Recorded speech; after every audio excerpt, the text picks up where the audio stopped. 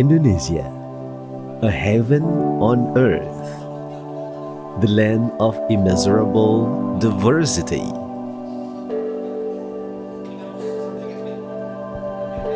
And this is Magelang, a beloved land.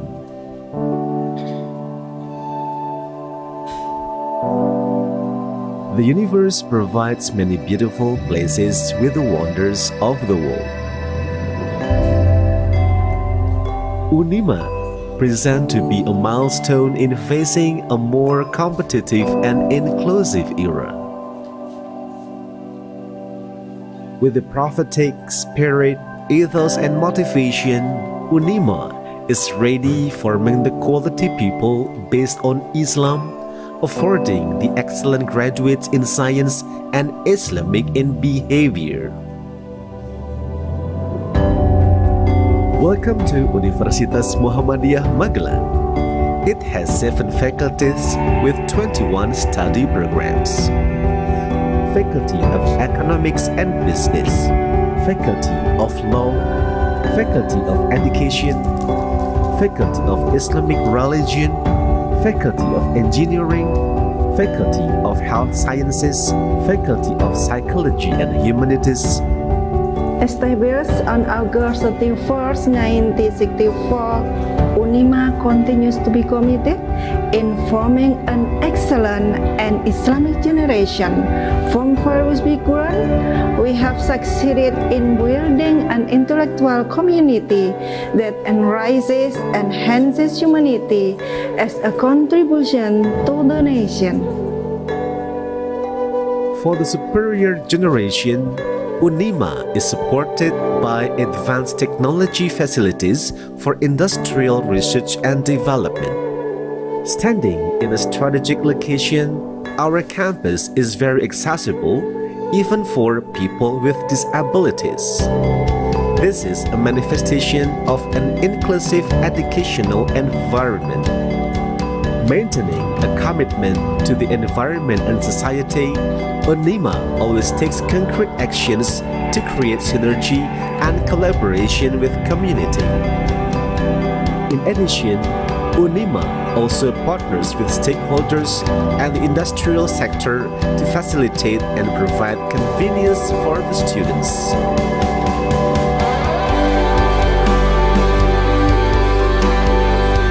We realize that every individual is unique with different talents and interests. Therefore, Unima provides opportunities for students to develop themselves to be the best through their interests and talents, both academic and non-academic.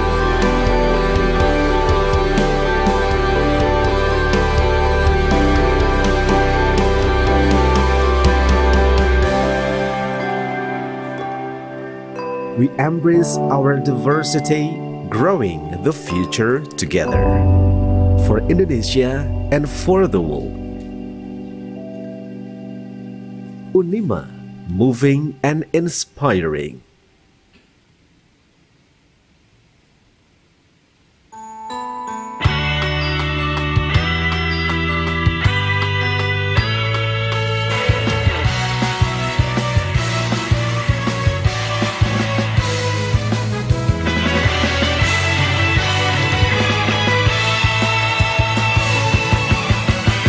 Jadilah inspirasi, bergerak dengan pasti, melangkah dengan hati, penuh percaya diri.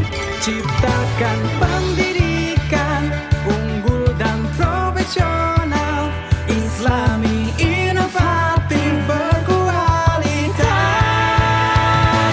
Bersama Unima ciptakan generasi cemerlang dan sejahtera. Bersama Unima membangun Nusantara, bergerak menginspirasi. Carilah kasih Tuhan, kamu meraih cita.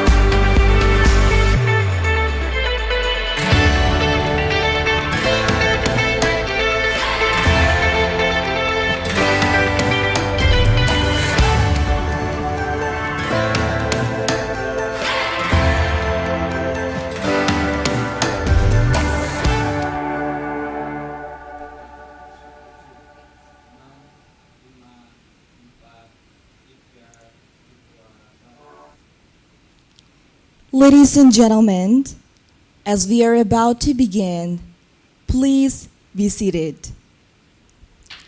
I would like to say a few things before we start our today's event. I would like to ask for your cooperation in completing this event. Information to participants of the 5th Borobudur International Symposium 2023 in conjunction with Interconnect.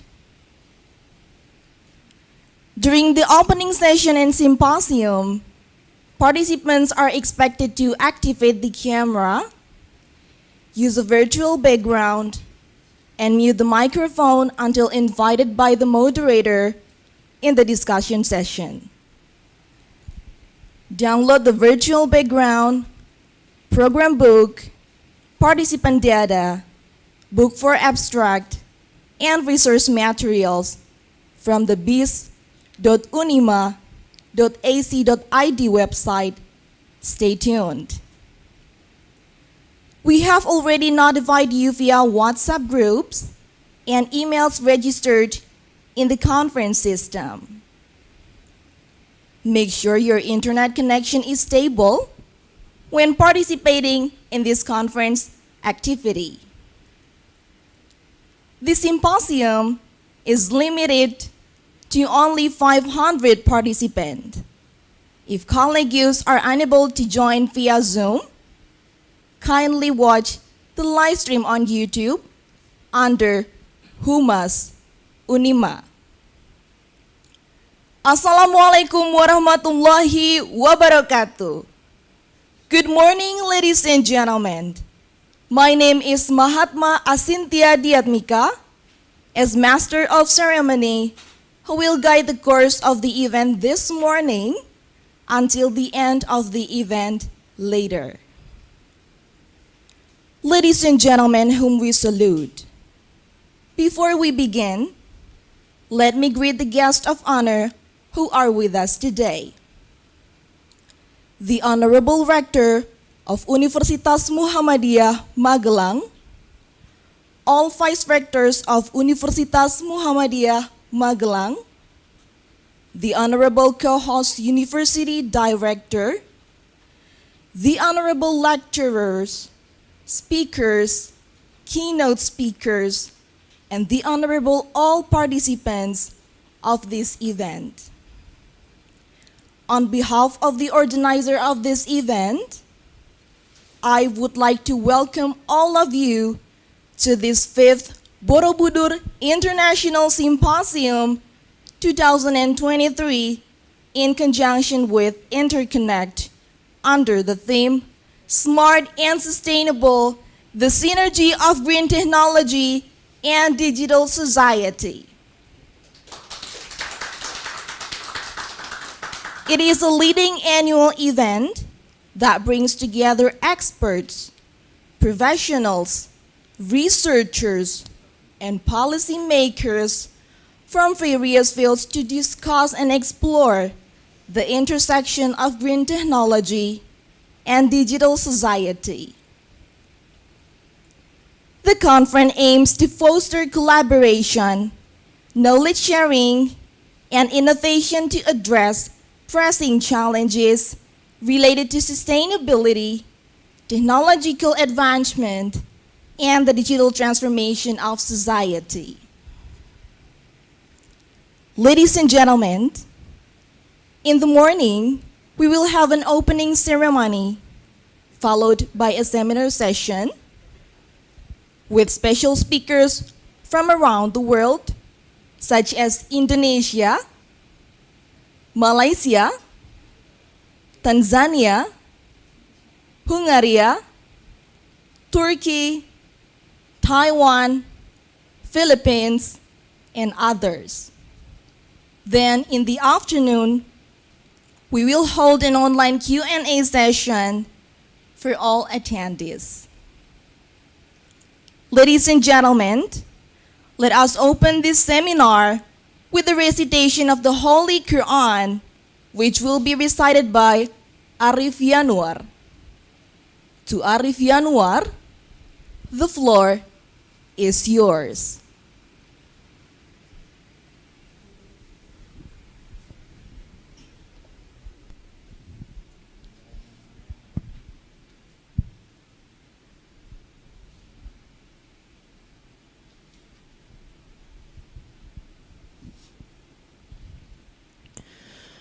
أعوذ بالله من الشيطان الرجيم.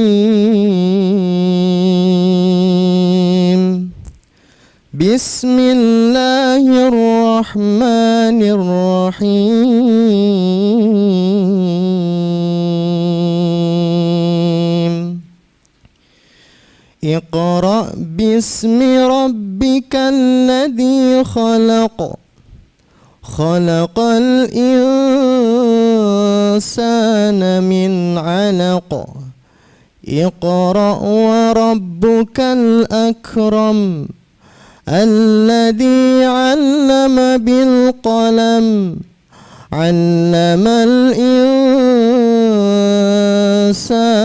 ما لم يعلم كلا إن الإنسان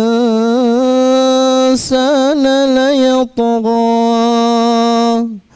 أن رآه استغنى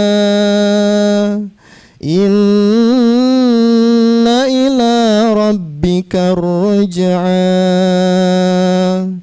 أرأيت الذي ينهى عبدا إذا صلى أرأيت إن كان على الهدى أو أمر بالتقوى أرأيت إن كذب وتولى ألم يعلم بأن الله يرى كلا لئن لم ينته لنسفعا بالناصية ناصية كاذبة خاطئة فليدع ناديه سندع الزبانية كلا لا تطعه واسجد واقترب صدق الله العظيم.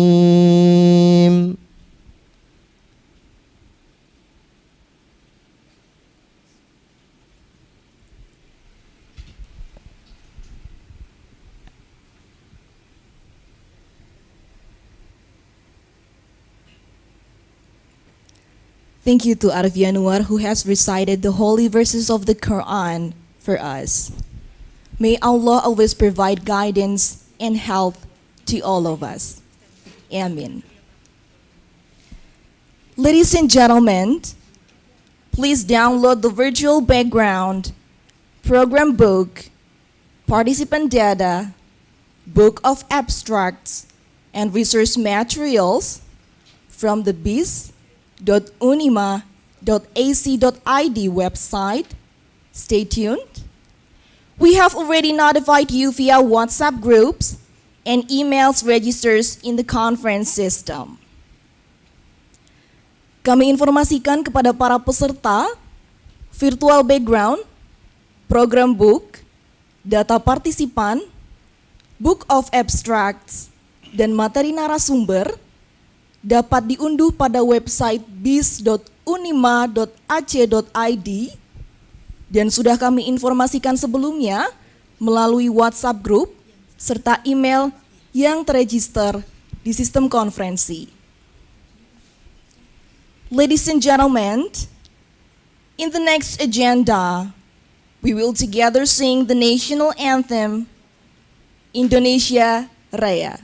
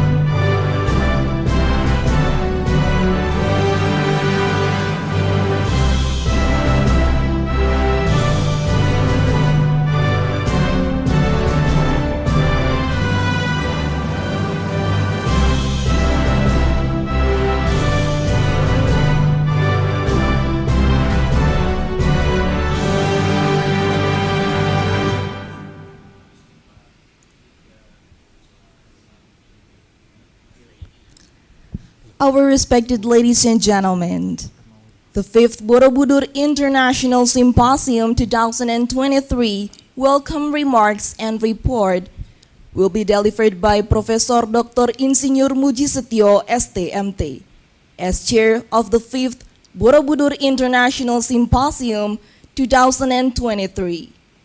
For Professor Dr. Insinyur Muji Setio, STMT, the floor is yours.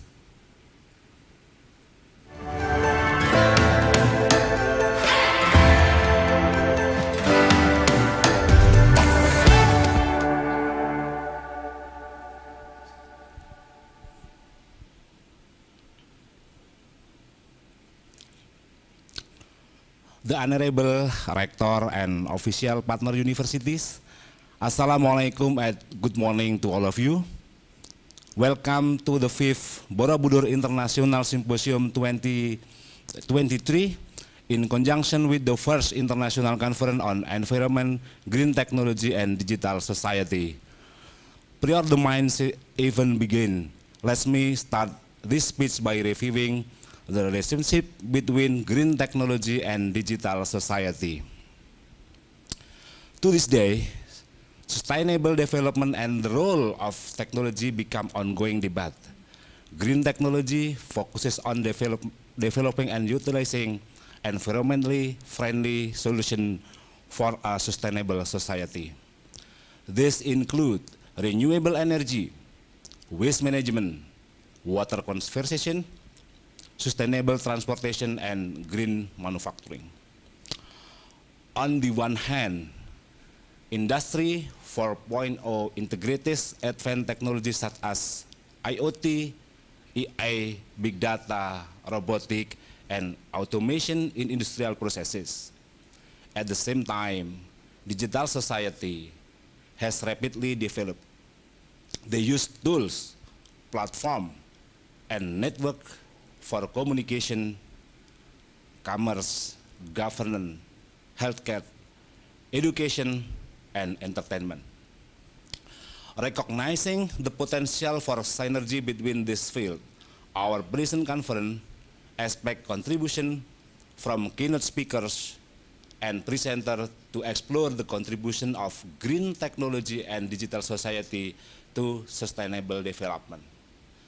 This is the first time we have held two conferences in one event. The 5th Borobudur International Symposium and the first Interconnect. Ladies and gentlemen, to direct our discussion, we invite world-class keynote speakers. They are Prof. Thomas Kifevel, PhD, from the Nelson Mandela African Institution of Science and Technology, Tanzania. The second, Professor Madihah Mohsaudi, from University Science Islam Malaysia. Prof. Hamid Solmaz, PhD from Gazi University, Turkey. Professor Mustafa Madaris from University Muhammadiyah, Malaysia. Dr. Rohyati Murniningsih from Unima. Professor Tang Sumei from Asia University, and Professor Muh Iqbal Abdul Wahab from the International Islamic University, Malaysia. Please give them a round of applause. This symposium was attended by 400 presenters from 8 countries, include Indonesia, Malaysia, Thailand, Taiwan, Hungary, Turkey, Tanzania, and Philippines, and coming from 64 institutions. So, we thanks and appreciate all the co-hosts. Enjoy the discussion. I hope all of you get new insight from this event. Wassalamualaikum warahmatullahi wabarakatuh.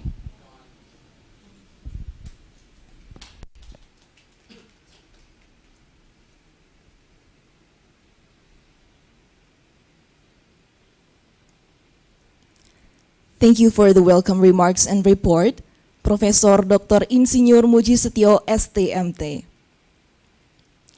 Ladies and gentlemen, please download the virtual background, program book, participant data, book of abstracts, and research materials from the bis.unima.ac.id website. Stay tuned.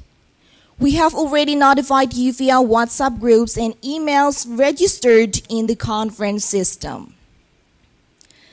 Kami informasikan kepada para peserta, virtual background, program book, data partisipan, book of abstracts, dan materi narasumber dapat diunduh pada website bis.unima.ac.id dan sudah kami infokan sebelumnya melalui WhatsApp group serta email yang terregister di sistem konferensi.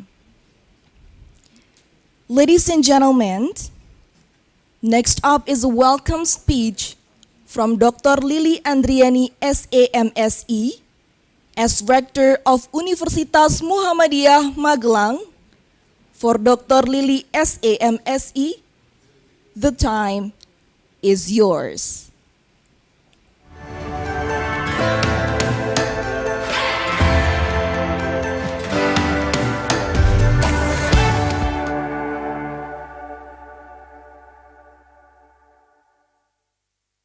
Warahmatullahi wabarakatuh.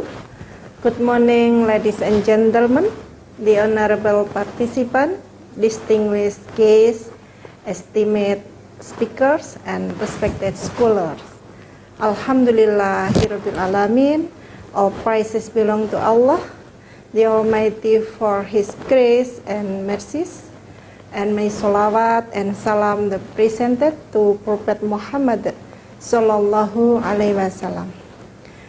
I'm deeply honored to welcome you all to the 5th Borobudur International Symposium on Science and Technology and the 5th Borobudur International Symposium on Humanities and Social Science.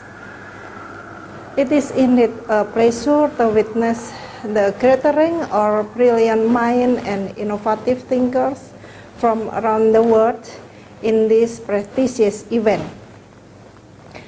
The theme of the symposium, Smart and Sustainable, the Synergy of Green Technology and Digital Society, resonates profoundly with the current global landscape. In an era marked by rapid technological advancement and the escalating impact of climate change, the imperative for humanities synergy between green technology and the digital society has never been more critical.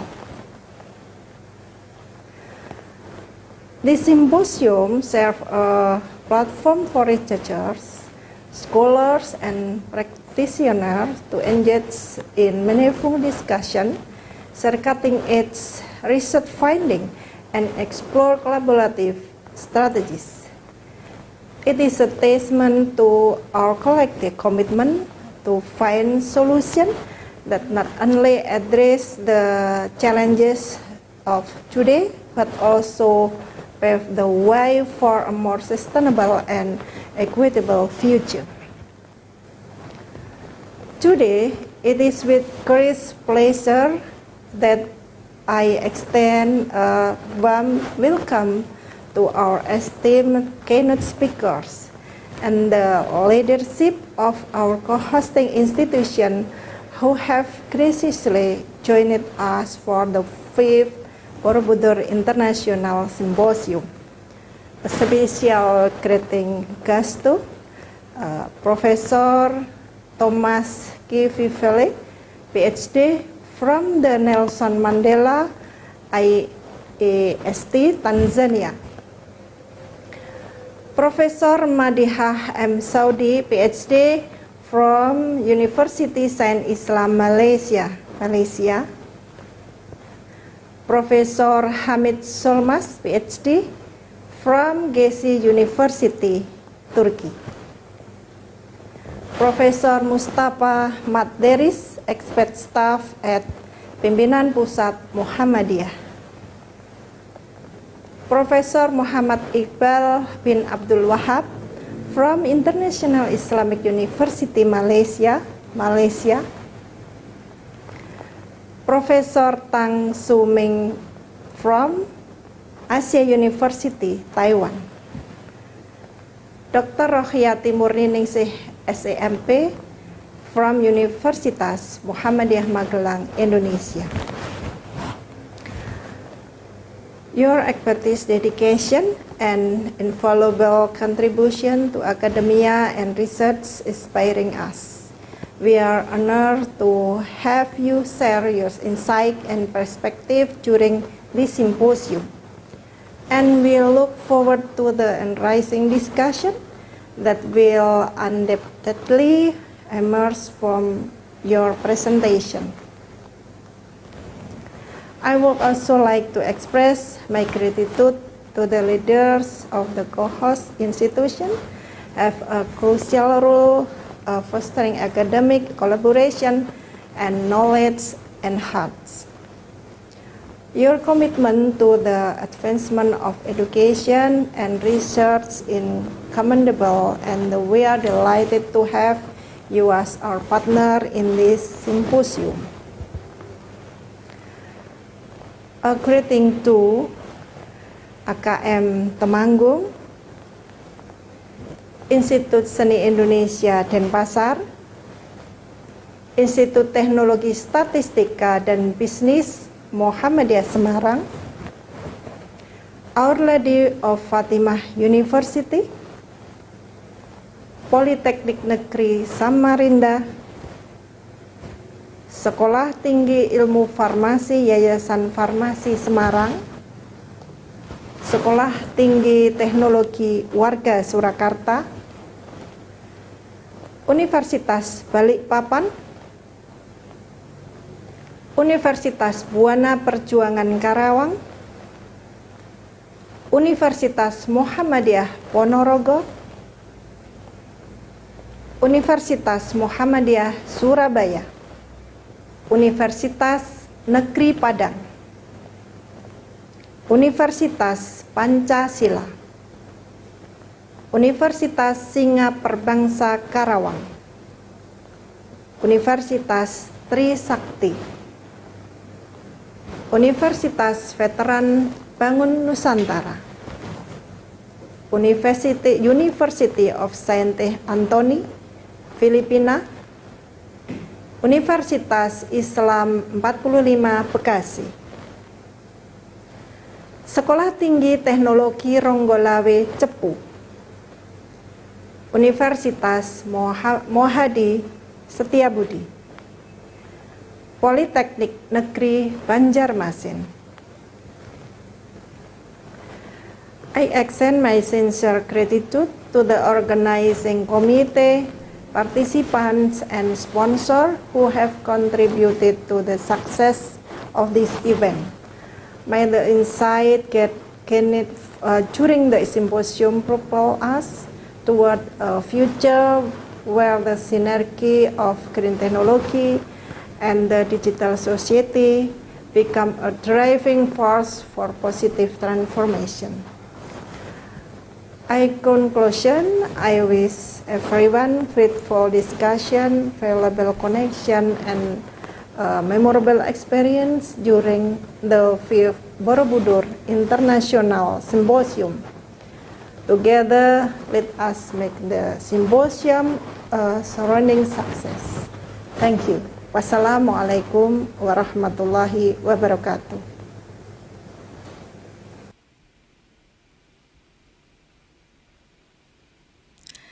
Thank you for the opening speech, Dr. Lily Andriani, SAMSA. Ladies and gentlemen, please download the virtual background, program book, participant data, book of abstracts, and research materials from the bis.unima.ac.id website. Stay tuned. We have already notified you via WhatsApp groups and emails registered in the conference system. Kami informasikan kepada para peserta, virtual background, program book, data partisipan, book of abstracts, dan materi narasumber dapat diunduh pada website bis.unima.ac.id dan sudah kami infokan sebelumnya melalui WhatsApp group serta email yang terregister di sistem konferensi. Ladies and gentlemen, we will now move to the main session. During the main session, participants were divided into two rooms. The humanities and social science field are those using the HSS code to join the breakout room, while the science and technology field are those using the STE code remained in the main room. Kami informasikan kepada para peserta, pada sesi utama, peserta dibagi ke dalam dua ruang, yaitu bidang Social and Humanities, atau yang menggunakan kode HSS, untuk join ke dalam breakout room, sedangkan bidang Science and Technology, atau yang menggunakan kode STE, untuk tetap berada di main room. Participants are expected to actively participate in the discussion session by raising hands and chat box. Henceforth, the admin will unmute the microphone. The attendance links as a symposium participant will be open from the discussion session until the event concludes at 4 p.m., at which point it will be permanently closed. Filling up attendance forms as the foundation for issuing symposium participant certificates. Ladies and gentlemen, now we proceed to the main session for today, which is the keynote speaker session. Many special speakers will give us a lot of insights, and this agenda will be hosted by Mrs. Pristi Sukma Setia Eskom MCom and Mr. Hari Abdul Hakim SH LLM as the moderator. But before I invite them to lead the seminar, let me read their resumes. The first is Mr. Hari Abdul Hakim SH LLM. He is a lecturer at the Faculty of Law, Universitas Muhammadiyah Magelang. And Mrs. Pristi Sukma Setia Eskom MCom, who is also a lecturer at the Faculty of Engineering, Universitas Muhammadiyah Magelang. Mr. Hari Abdul Hakim research interests are gender equality and justice and artificial intelligence. And Mrs. Pristi Sukma Setia research interest are human-computer interaction, information system, knowledge management, data mining, and artificial intelligence. They are very productive lecturers in teaching because of the many research grants they have won and also the many publications they have. Ladies and gentlemen, the Science and Technology field, or STE, will be moderated by Mrs. Pristi Sukma Setia Eskom MCom, with 4 main speakers, namely Professor Thomas Kivevel PhD from the Nelson Mandela AIST Tanzania, Professor Madihah M. Saudi PhD from University Science Islam Malaysia, Professor Hamid Solmas, PhD, from Gazi University, Taiwan, and Professor Mustafa Madderis, expert staff at PP Muhammadiyah, Indonesia. Meanwhile, the Humanities and Social Science field, or HSS, will be moderated by Mr. Hari Abdul Hakim SH LLM, with 3 keynote speakers, namely Profesor Moh Iqbal bin Abdul Wahab, International Islamic University, Malaysia, Profesor Xu Mei Tang, Asia University, Taiwan, and Dr. Rohiati Murniningsih, SAMP, from Universitas Muhammadiyah, Magelang. Let us welcome The moderators for today's seminar, Mrs. Pristi Sukma Setia Eskom MCom and Mr. Hari Abdul Hakim SH LLM. To Mrs. Pristi Sukma Setia Eskom MCom and Mr. Hari Abdul Hakim SH LLM, the time is yours.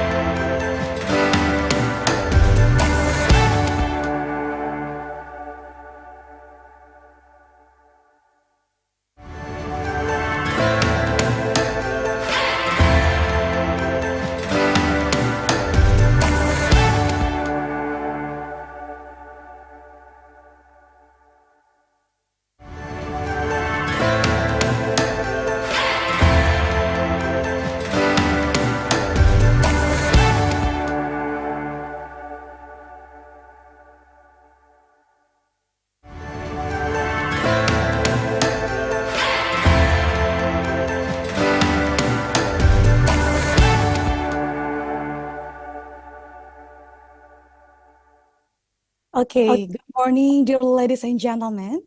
Let me remind you for all the participants who are joining the humanities and social science field, please go to the breakout room today.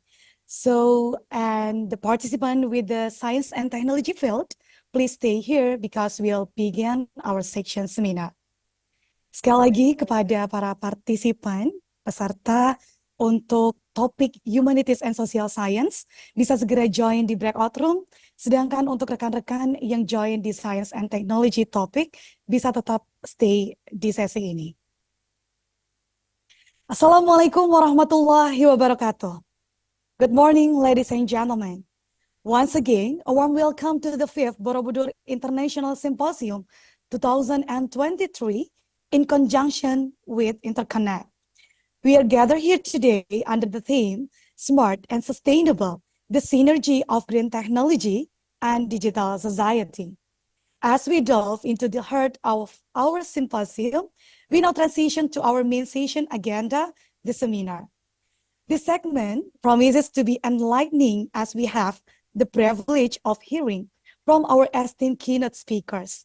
Their insights are sure to enrich our understanding of the intricate relationship between green technology and the digital society. Before we begin, let me read several technical rules for the session. The first one is this discussion will run in 4 sessions.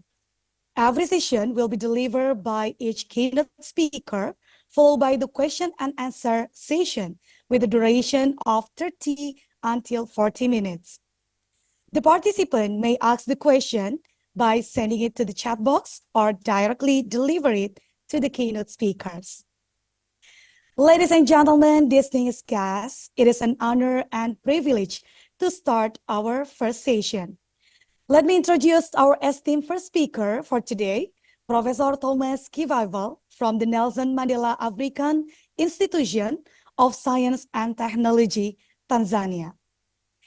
Professor Kivavel is a highly accomplished individual with an extensive record of publication in peer-reviewed scientific journals, patents, and international conferences. His contribution to the field have not only solidified his reputation as a leading expert, but have also earned him recognition as an active keynote speaker. Professor Kivavel's dedication extends beyond administrative responsibilities. He has undertaken numerous projects as a principal investigator, showcasing his research and knowledge in his field. Please join me in welcoming Professor Thomas Kivavel, a distinguished academic whose work continue to shape and inspire the academic community.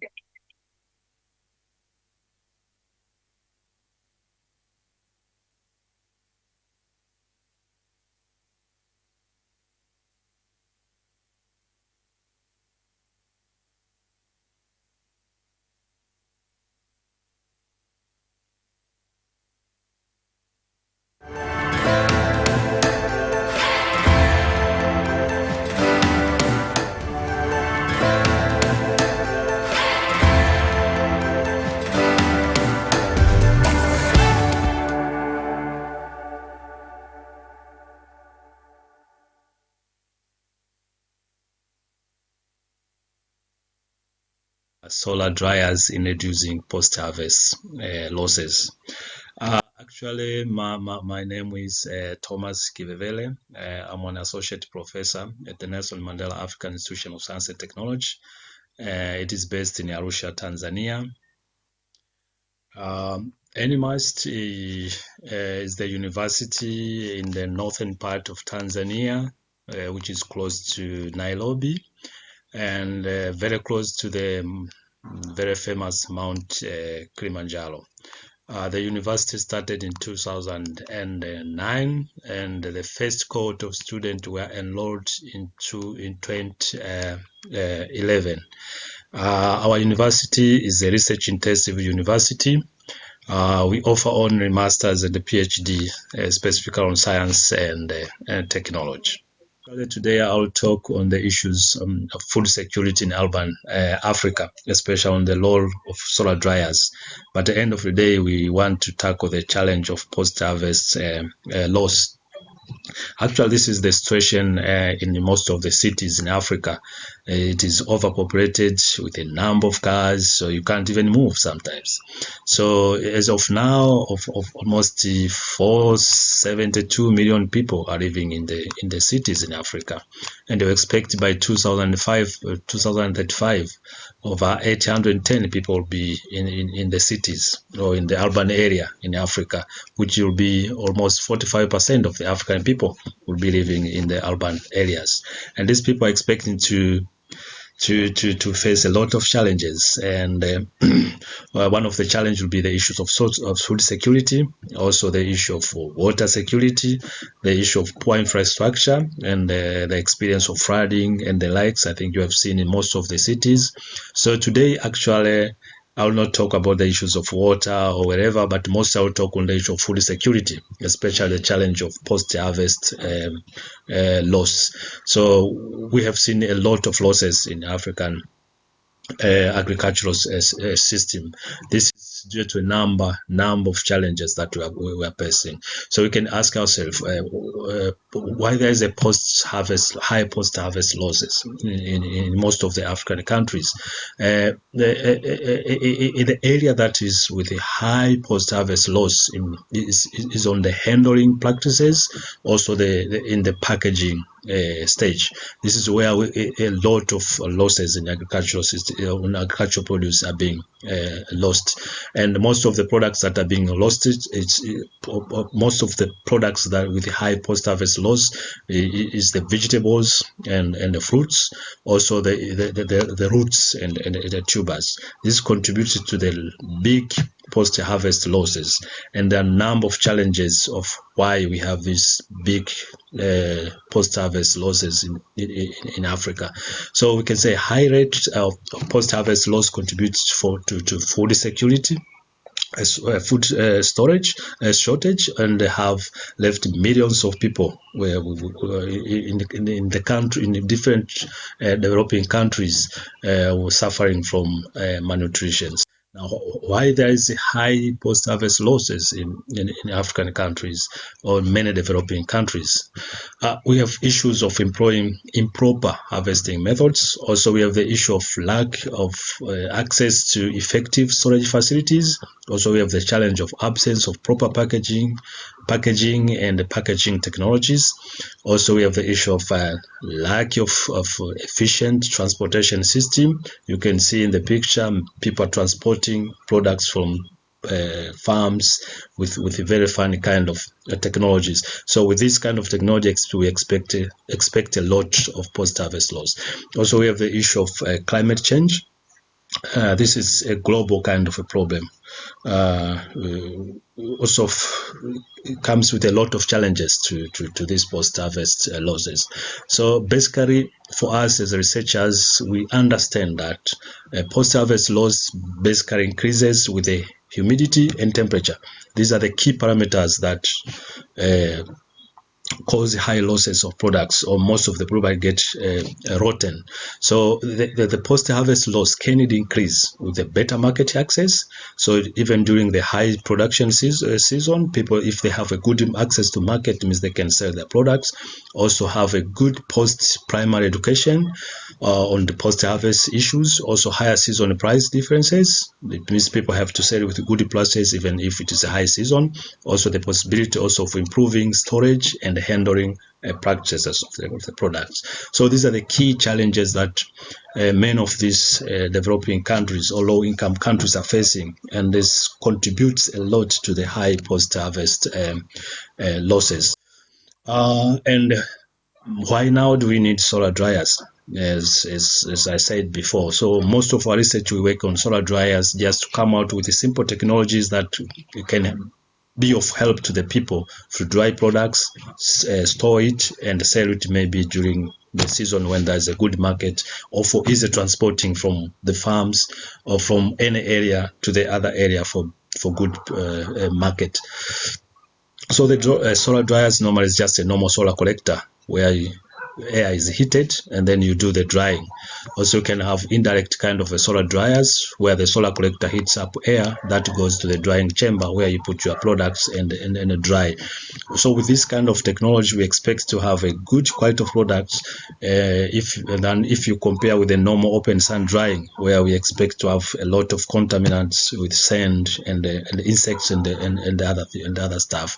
So definitely with solar dryers we get set to have a fast drying because of the higher drying temperatures that we expect to get from the dryers. Also we have offers airflow and temperature control because these two parameters are key. If they are well controlled, it means you expect to have a good quality of a dried products. Also food is protected from elements because of it is like an enclosure if you compare with the normal open sun, which is most practiced in the many of the low income countries. Also at the end of the day we expect to have a good quality of dried products. So we can say drying is often considered to be an energy intensive and a cost effective method to improve the storage of various types of agriculture. Actually, one of the technology that we are developing or we are working on is on the solar assisted heat pump dryer. It means we have integrated the solar collector and the heat pump. As I said, heat pump is a normal refrigeration system with all the component of refrigeration, but for us we are interested on the heat from the condenser that we use it for drying, that goes to a drying chamber. So we have a normal collector, solar collector here that heats up the air, that goes to the drying chamber, and then you can have a storage materials here that they can, where the sun is heating, and then the storage material also can store heat, that when the sun is not available, this material can release heat that still goes to the drying chamber, and then you can also help to control or maintain the drying parameters within the drying chamber, which at the end of the day can give you a good product. So this is one of the systems that we have developed. You can see we have trays on the other side where you put your products, and then you have counterflow kind of to delay the air, the incoming air before it goes to the drying chamber. So this is one of the techniques that we are developing and we are researching. You can see a number of publications that we have done, and then you can get a good clue. I didn't like to go into big technical on the technical issues of the technology because of the audience that I'm speaking. I want all to get a picture of what we are doing. But with publications or with more discussions later, we can have good collaborations on how we can further collaborate on this kind of research. Actually, these kind of technologies are made using locally developed materials like the galvanized iron, plywood. This is a bit expensive kind of a technology because of the integration of heat pump, but in the group, it can be group owned or for industrial applications, but we develop products. So in our research group, basically we work on this kind of scenarios. So we have a lot of post-harvest losses in our countries, and then it is researched over 20 to 40% of cereals are being wasted under post-harvest losses. And this is even higher for perishable crops like the fruits and the vegetables. It's going to go even higher than 50, 60%. So in different technologies that are being used is the open sun drying. As I previously said, we expect to have a poor quality dried products because you don't have control of drying parameters. Also, there are a lot of contaminants. A number of research they have worked on the passive solar dryers. But the problem with passive solar dryers, there's no continuation of drying because the sun is intermittent. It's not available all the time. So when the sun is not available, it means the drying parameters, temperatures, relative humidity are being fluctuated. So at the end of the day, we expect to get poor quality of dried product. So our group mostly we're working on what we call the hybrid solar dryers. So basically we integrate more than 2 systems within one system. So we can have a normal solar collector, then we can integrate with storage materials, like we use different natural rocks with a good mechanical, thermomechanical kind of properties. Also integrate with heat pump. Also, we can integrate with biogas. So these are being used like the backup system. The primary energy that can be used is the normal sun. And then when the sun is not available, you can power this kind of a system. And then you can have a continuous kind of drying. So this is the kind of the areas that we are working. So we are more on investigating different energy storage materials with the good properties. Also integrate with heat pump. Also integrate the system with the biogas. This is where we deal with a lot of system. But at the end of the day, we are trying to develop simple systems that the local people they can use because people don't have enough money that you can develop big systems. So at the end of the day, we expect to deploy these kind of technologies when they are well researched to the local communities or to groups of women who are dealing with the drying for business purposes. Simple kind of technologies, as I will speak a bit later. So from this kind of a technology, we can dry different products, and then we can compare with the open sun drying. So we dry the products in the open sun. Also, we dry in the developed technology. So we compare the quality of the products dried in our developed technology with the open sun drying. So also we can grind the dried products, and they can be sold like a kind of a powder, like this is a carrot powder.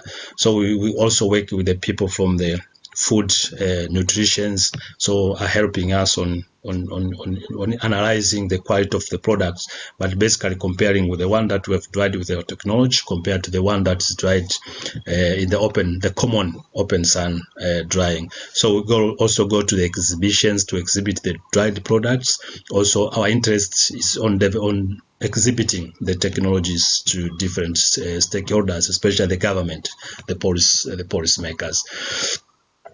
As I said before, so we also develop other simple technologies. So like this one is just a normal solar collector, solar dryer. Also we integrate with the energy storage materials. So you can see in this picture, you can see the people here are integrating the solar collector with soapstone. This is one of the rocks very common in African countries that is good in storing heat for a long time, and it can store heat. So when the sun is hitting the collector, it can also store heat. When the sun is not available, it can release heat, and the heat can go to the drying chamber. This can help also to control the temperature within the drying chamber. So we also do the comparison of drying the products within our drying chamber, also with the open sun, and try to see to see the quality difference between the two techniques of drying. Also, just to show in a nutshell, most of the dried products they have a good concentrates of protein, fibers, carbohydrates, fats, if you compare with the fresh products. So if you take 1 kilogram of fresh and the dried products, somebody should expect to have a good concentrate of this proteins, fibers, fats, and carbohydrates in the dried products than the fresh products. But I think we still have a long way to go, especially in my country, because people are not used to take or to consume dried products. They prefer taking or consuming the fresh products. But with the issue of tackling the post-harvest loss, because selling these vegetables, fruits, if you go to the markets, there are a lot of losses. So if we move to dried products or have both markets, we expect people will reduce the post-harvest loss. So there is the issue of creating awareness to the people that if you consume the dried products, they are also okay. You get almost all the nutrients that you get from the fresh products. Also, as I said before, we also integrate what we call the biogas in the system. So you can have a solar collector with a biogas system. So you have a solar collector here. You have a heat exchanger here where you can burn the biogas. Also, we have a chimney here just to take out the flue from the biogas, and then we have the drying chamber. So the solar collector can be used when the sun is available, and the biogas system can be used when the sun is not available. So you can have a continuous kind of drying rather than expecting only the presence of the sun. Also, this can help also to control the drying parameters within the drying chamber so that you can get a good quality of the products. Also, we have a number of chimneys on the other side that helps us to suck the most air, because fresh air has to come within the drying chamber and then go out. So these chimneys, and we paint it black so that it can heat up and suck the air outside of the drying chamber. So fresh air comes in and the most air goes out easily so that you can have a good drying of a product. So these are the kind of technologies that we are developing now, and we see they can be of help, especially in rural areas or even in the cities, or work in the farms, dry products so that you can transport to the cities. So we see this kind of a technology that can help to have a good dried products that can be transported to the cities easily, so that they can have food or fruits or vegetables to consume for a longer period of time.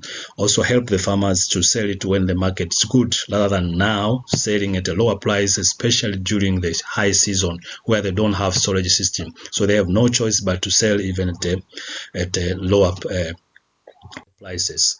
In concluding, I would like to say the role of solar dryers in food security is key, because we expect to have a fast drying of agricultural products due to high temperatures that we get from these techniques. Also, we have a controlled drying parameters. So when you control drying parameters, we expect to end up with a good dried products. So we expect definitely to have good quality of dried products. If you have a dried products, means we extend the life of products to be sold at a time when the market is good, or transporting from one or another for a longer period of time. At the end of the day, with this kind of technologies, we tackle the problem of post-harvest loss. Also, we improve food security in Africa, especially in urban areas where people need more food. Our technologies are environmentally friendly. We use renewable technologies like the solar, biogas, or energy storages, which are not environmentally, which are not impacting the environment. So we are working on sustainability, especially use of renewable technologies. I think with these few words, I would like to conclude by saying, while improving productivity is key, but also reducing existing high rate of global food loss and waste, including post-harvest loss, which is key in developing countries, along the production and supply chain, will play a key role in tackling the problem of food insecurity in sub-Saharan Africa. Also, the use of appropriate drying technologies, like the one that we are developing, the hybrid solar dryers, or this like the solar assisted heat pump, or solar dryers, or solar dryer integrating with heat pump, solar dryer integrating with biogas, solar dryer integrated with energy storage system, can potentially enable small scale farmers to significantly reduce post-harvest loss, improve the quality of dried products, also improve the income of the people and employment. At the end of the day, we expect to have a good improved livelihood of the people. So this kind of technology we see is key, and our research group is putting a lot of energy, a lot of efforts to research and come out with simple, effective, with high efficiency kind of drying techniques to assist the people on tackling the challenge of post-harvest loss.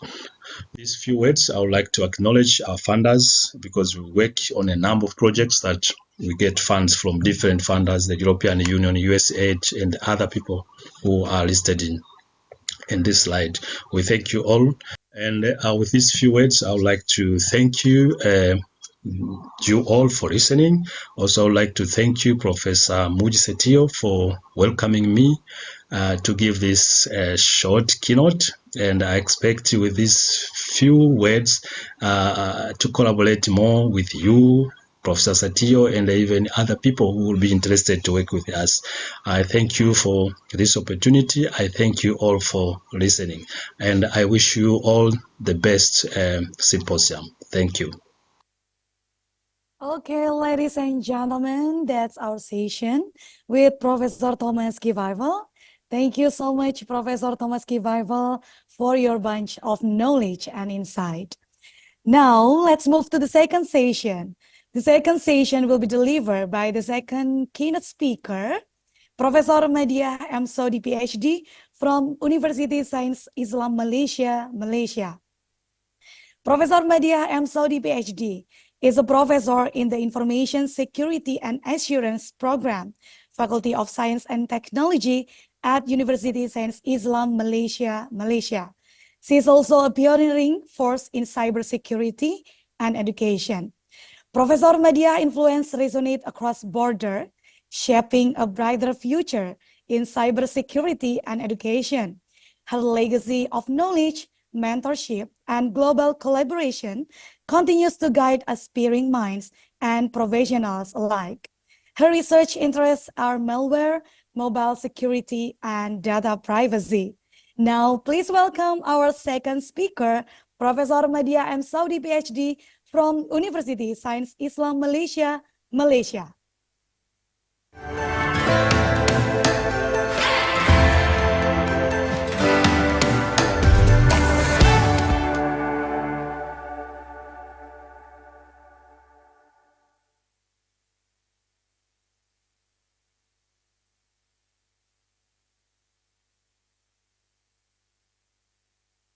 Is the screen clear and is my voice is clear?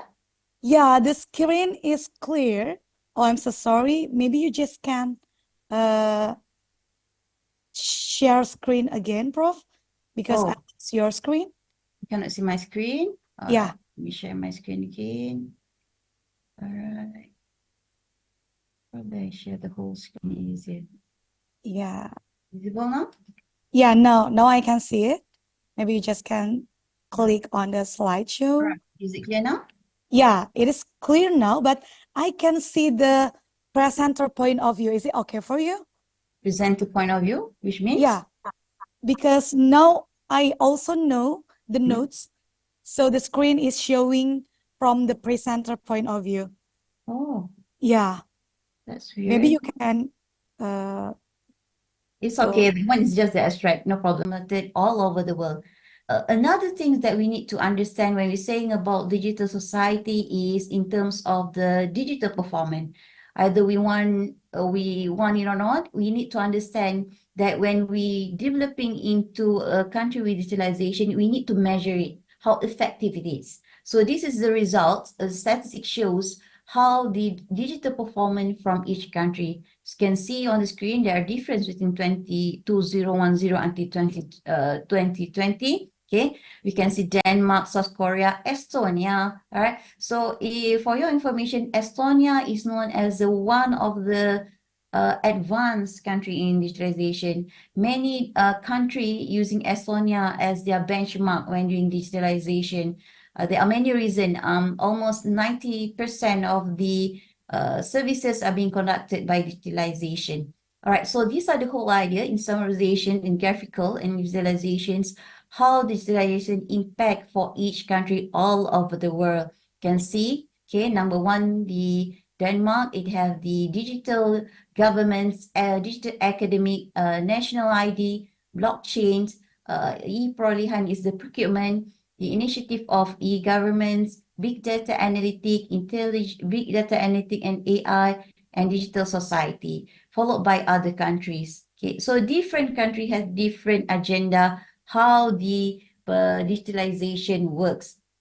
All right, if I can share you one video by Estonia, just to give you a brief idea how the digital society works in Estonia. Is it okay? So I will share the screen.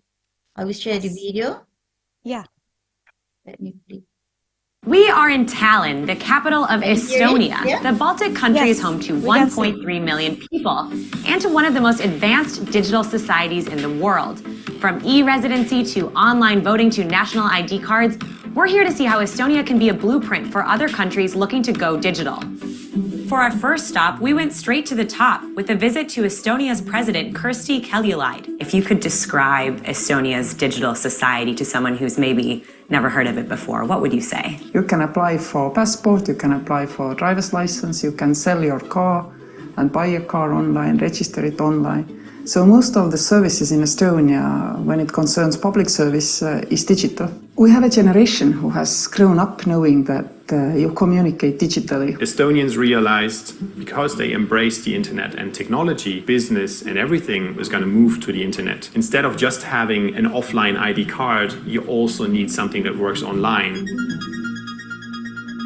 So we are inside the showroom of eStonia, which showcases a lot of the country's digital solutions. We're going to take a look at the electronic ID and digital signatures. Every Estonian is issued a digital ID. Physical ID cards are paired with digital signatures that citizens use to pay taxes, vote, do online banking, and access their healthcare records. For a small country, the impact of the digital signatures has been big, saving the government an estimated 2% of GDP per year in salaries and expenses. Estonia says 99% of its public services are available online 24/7. It takes under 5 minutes to fill out taxes online, around 1/3 of citizens vote online, and 99% of prescriptions are issued electronically. Health records can be shared among doctors using a single electronic file that the owner can see at any point in time too.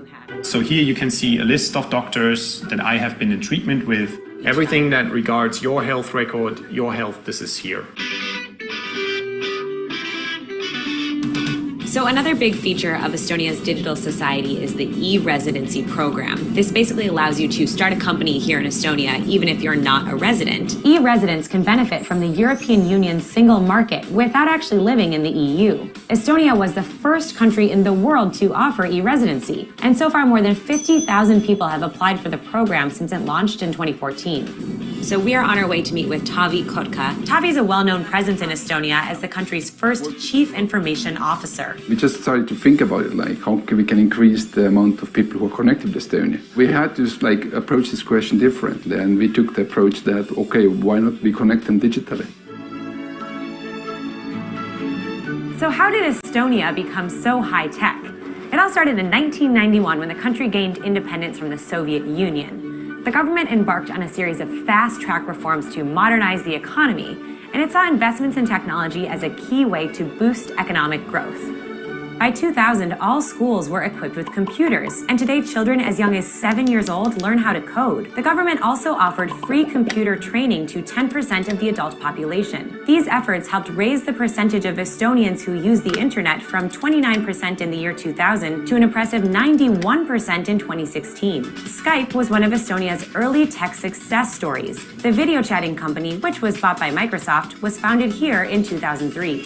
Estonia claims it's home to more tech unicorns, which are private companies valued at more than $1 billion per capita than any other small country in the world. Its recent unicorns include payments company TransferWise and Uber competitor Taxify. Other companies focusing on everything from blockchain to organic food are now vying to be the next Estonian unicorn. I think the environment that is set up right now is very friendly, and I hope they keep it this way.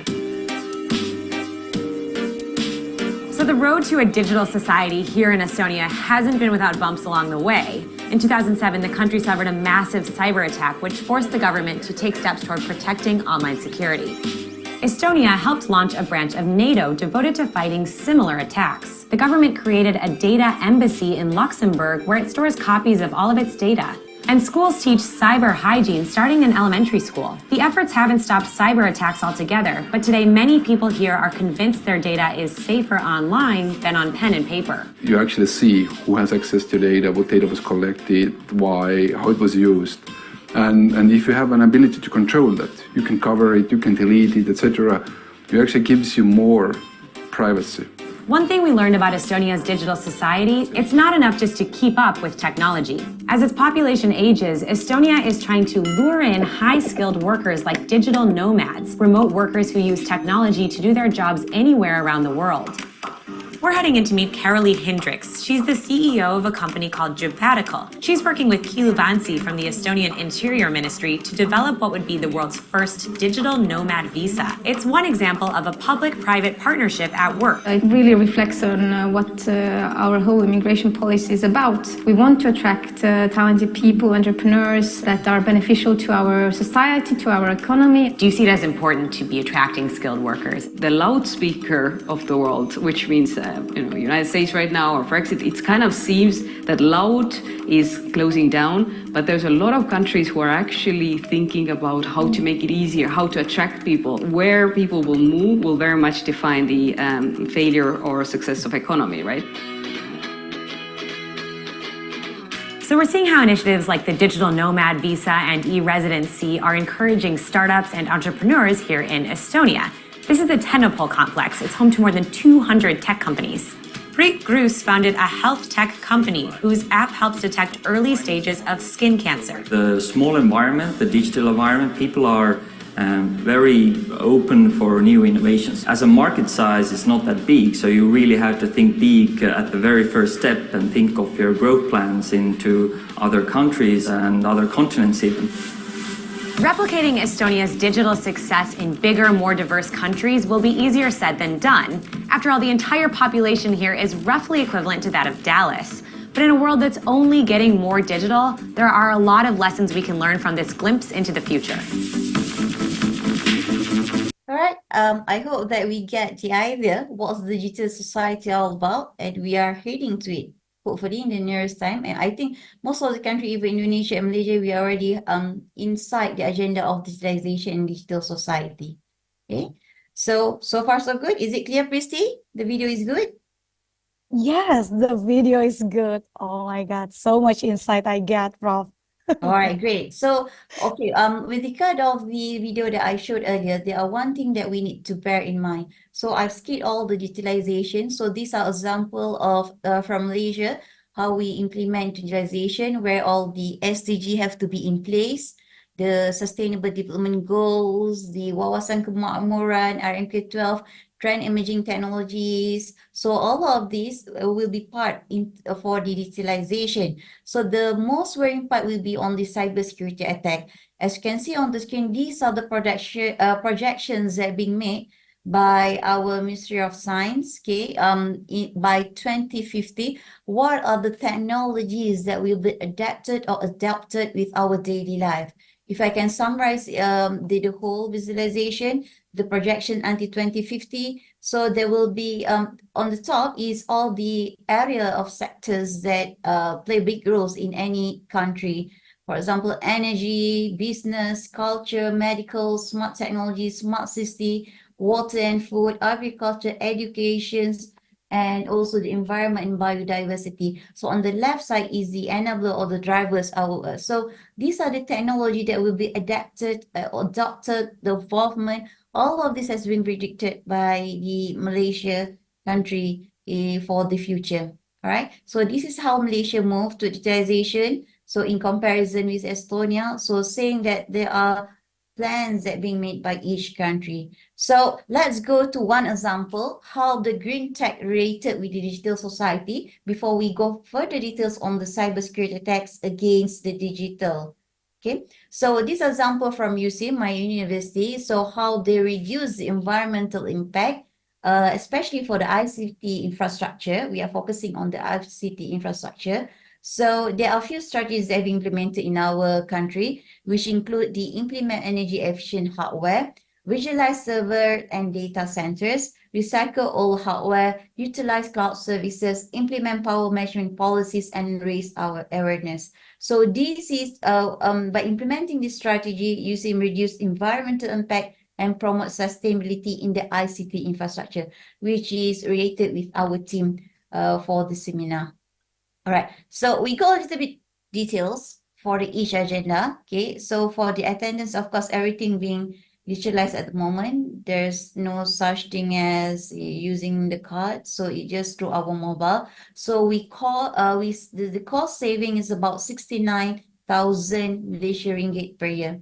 And for the Smart University Blueprint, in order for us to make sure that the sustainability, the green technology will be in place, so we already developed Smart University Blueprint where we have 5 different clusters to support the digitalization agenda, which include the smart governance, smart infrastructure, smart services, smart learning, and smart lifestyle. Okay, we also have the green sulam, so relate back to the green technology. So we did some awareness on the green technology, where we have the Sustained Development Education Initiative developed by the C4SS. Okay, so there's a 1 unit dedicated to do on the green technology and the sustainability.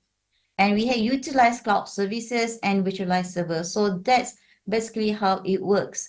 And in terms of the operationals, we have the e-wallet. It's being cashless everywhere. E-perolehan, or in English is e-procurement. And the learning, LMS, the Learning Management Center, where we have the online learning, everything being centralized there. If exam notes, so the student can retrieve from there. And we also have the smart energy. We implement power management policy as well. So this is the area in USIM. All right. Another question that you might raise is the how we adopt low carbon computing initiative. So this is how we did. We conduct a carbon footprint analysis. We develop a sustainable strategy. We encourage energy efficient practices. We utilize renewable energy sources. We adopt cloud services, implement green procurement policy, and raise awareness. So these are the blueprint that we developed in 2021 to ensure digitalizations for the university. So these are the summarizations, how it works in our university. Okay, I'm sure that each and every university in Indonesia or outside the country have their own blueprint. So we call our blueprint, and in Arabic word, Al-Jamia Al-Mubarakah. So that's mean the university. Okay, so those are different clusters where it being digitalized. When it's being digitalized, okay, definitely it goes to the security issues. Okay, so before we go to the more detail on the security issue, so this is how we balance the need for technology with sustainable concern. So we conduct a sustainability assessment. We do understand it's not easy to adopt okay, technologies into the operationals, but this is where we will get a feedback based on the sustainable assessment. And we prioritize energy efficiency. We embrace renewable energy sources. We implement sustainable procurement policy. We raise awareness. We promote sustainability technology practices.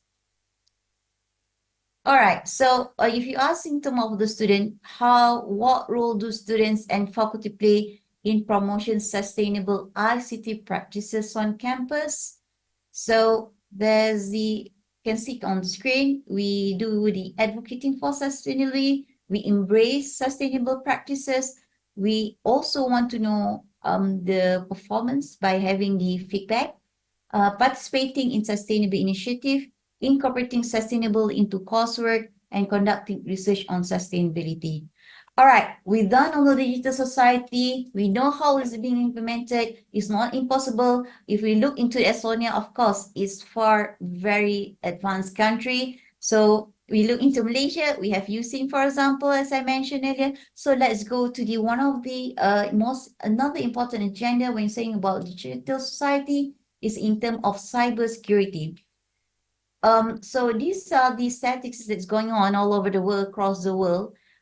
Which sectors being targeted in Q1 2023, with educations as the being targeted, most targeted by the attackers, followed by military, healthcare, communications, finance, and utilities. So this cyber attack, okay, the exploitation that cause harm, okay, it has many implications to the organization, which includes of the data breaches, the exploitation of security for the informations. It will damage the equipments, disrupt the activities, and jeopardizing living things. So this is how the cybersecurity impacted against the digital society. And then these one facts that we need to know about our Gen Z. All right.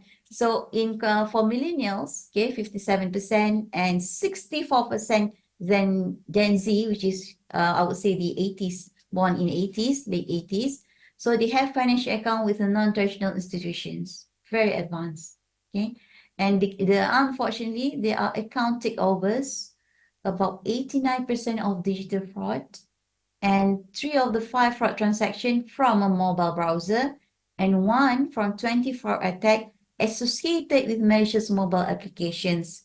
And we have cryptojacking, 30%, and we have the Internet of Things malware, 77%, which is total of malware attack.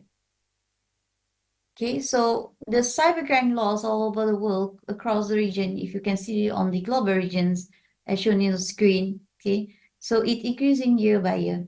Okay, for 2022, you can see that there's an increase of attack from multipurpose malware, info sailor, crypto miners, mobile, and ransomware. The next thing, okay, we need to know is what kind of cybercrime attacks. We hear about attacks. So what are the categorization? What type of cybercrimes that being targeted to each organization, especially for the digital society, which everything being connected through the internet, everything being paperless, being electronized, being digitalized. Okay, so you can see on the screen the statistic, okay, from 2018, and it's predicted by 2027, the cybercrime expected to skyrocket. Okay, so this is really worrying, saying that we not only focusing on digitalization, we also have to focus on the implications or the mitigation steps against this cybercrime attack. So, and on the screen, okay, the colorful, this one, the cybercrime tab, we have malware, different types of attacks, denial of service, usually called as DOS, internet bot, brute force attack, spamming, SQL injection, human error, scam, ransomware, and phishing. So these are the most well-known cybercrime targeting against the user and organization. So let's do definitions on the malware. Okay, still on time. So the malware, there are different types of malware. So what's the definition of malware itself? It's a program or file intended to penetrate, ruin, or disrupt IT device, server, or network with bad intention without the victim's consent. So there are different types of characterization. There's a virus, there are backdoor, there are keyloggers, rootkit, ransomware, worm, trojan, spyware, and adware, where each of these components have different features. Okay, the worst part, of course, will be the worm because it self-replicate compared to the rest. So without clicking on anything or downloading anything, you can be infected. So these are the different of these categories of malware. So these are the summarization of the ransomware attacks. One of the categorization of malware, which happening from 1989, it started in 1989, and you can see the trend until 2020. So there are different types of ransomware being developed and attacking different sectors all over the world, especially the utilities. Okay, and during the COVID, we saw the increase of the cyber attacks against the healthcare sectors, the educations, the banking sector. So all of this being impacted, basically, especially during the COVID. All right. Another thing that we have, we need to worry is on the digital identity. Okay, I would say the identity theft. So as you can see on the screen, there are different responses. Okay, responses with regard of the digital identities. Okay, so when we think about data breaches, there is one main concern among the organization or among user is about data privacy, data protection. So how, for example, in the first place, we are already in digitalization. We are already in digital society where everything being connected through the internet, everything being digitalized. The next issue, concern, okay, that raise up a big concern among the users and organization or law enforcement is data privacy. If we look into European country, they already introduced GDPR, so one of the Privacy Act, okay, for the data protection regulations by the European Union. So they have principles that they already implemented since 2018. When they started implemented this GDPR, of course, everyone is not happy, basically, all right? But as time goes by, everyone knows what are the I would say the advantages from the GDPR. So this lead to the I would say digitalization become easier. So everyone have their rights. If you can see on the screen, okay, they always have an issue on the GDPR challenges, and they have principle in order for them to ensure that data privacy is in place. Okay, so data privacy is there's a many opinion on with regard to data privacy. So it's actually a context. Okay. So this is an example of GDPR. Just in case if you're asking me, how about data privacy, data protection? So in different country they have GDPR. So in Malaysia we have PDPA, Privacy Data Act 2010, and in different country they have different policy. Like United States also they have different policy which dedicated for dedicated sector, for example, for medical, they have a dedicated policy to protect the rights of their patients' data and equipment through the HIPAA. So there's a difference acts that being enforced in different country. Okay. All right. So we learn about digital society, we understand about digital society, we have the idea how digital society is being implemented, we knew the consequences of the cybersecurity attacks. Okay, next one we will go through the case study. So these are example of scenario which occurred.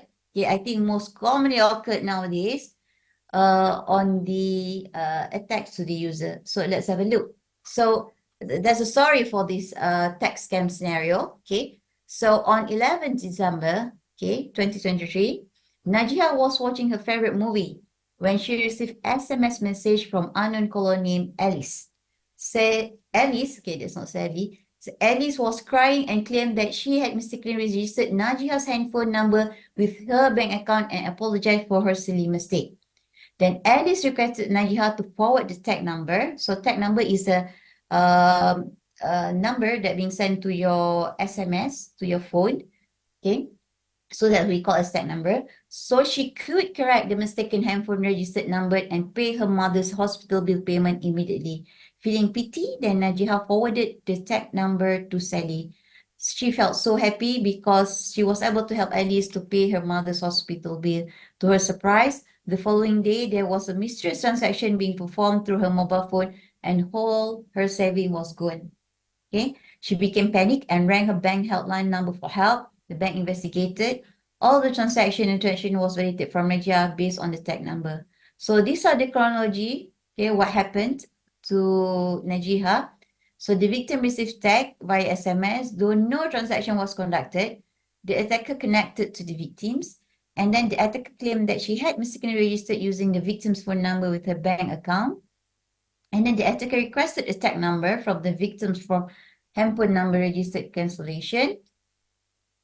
And the victim forwarded the tag number, the bank account was compromised and money was stolen. So the attacker has defeated the two-factor authentications via tag SMS. So that's how the security impact to the user. Okay. All right, so when you're saying about this case study, of course, we relate it. So I'll be go to a little bit technical for those with the computer background. When you're saying about malware against mobile banking, so these are happening around the world. Okay, we have the MMRed Android Trojan executes remote financial fraud through accessible feature. We also have new Python variant of cheese malware target banking and logistics industry. We have threat actors targeting Microsoft SQL servers to deploy free will ransomware. Okay. So we're done with utilizations, definitions, we're done with the, I would say, example of how the society and the green tech is the correlation of these two things. And then we go to the cybersecurity attacks a little bit on, and we went through the case study. Next one, how to mitigate it. What are the advances and challenges of it?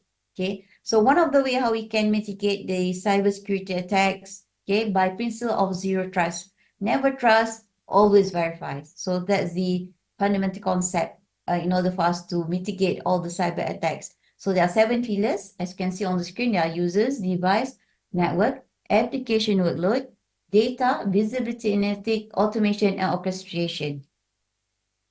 Okay. And 6th step of another thing that we need to take into consideration is the risk management. Either we like it or not, every single thing that we did, we need to put the risk management as part of the, I would say, part of the policy, part of the processes inside our plan.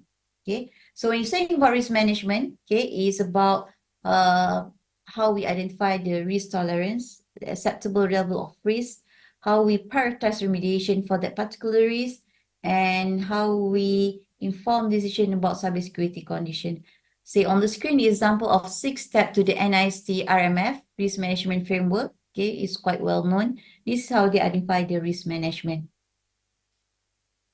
Okay, the next one will be on the policies, okay, apart from what I have presented earlier. So we need to understand that there are a few other things that need to be into consideration when we're talking about policy.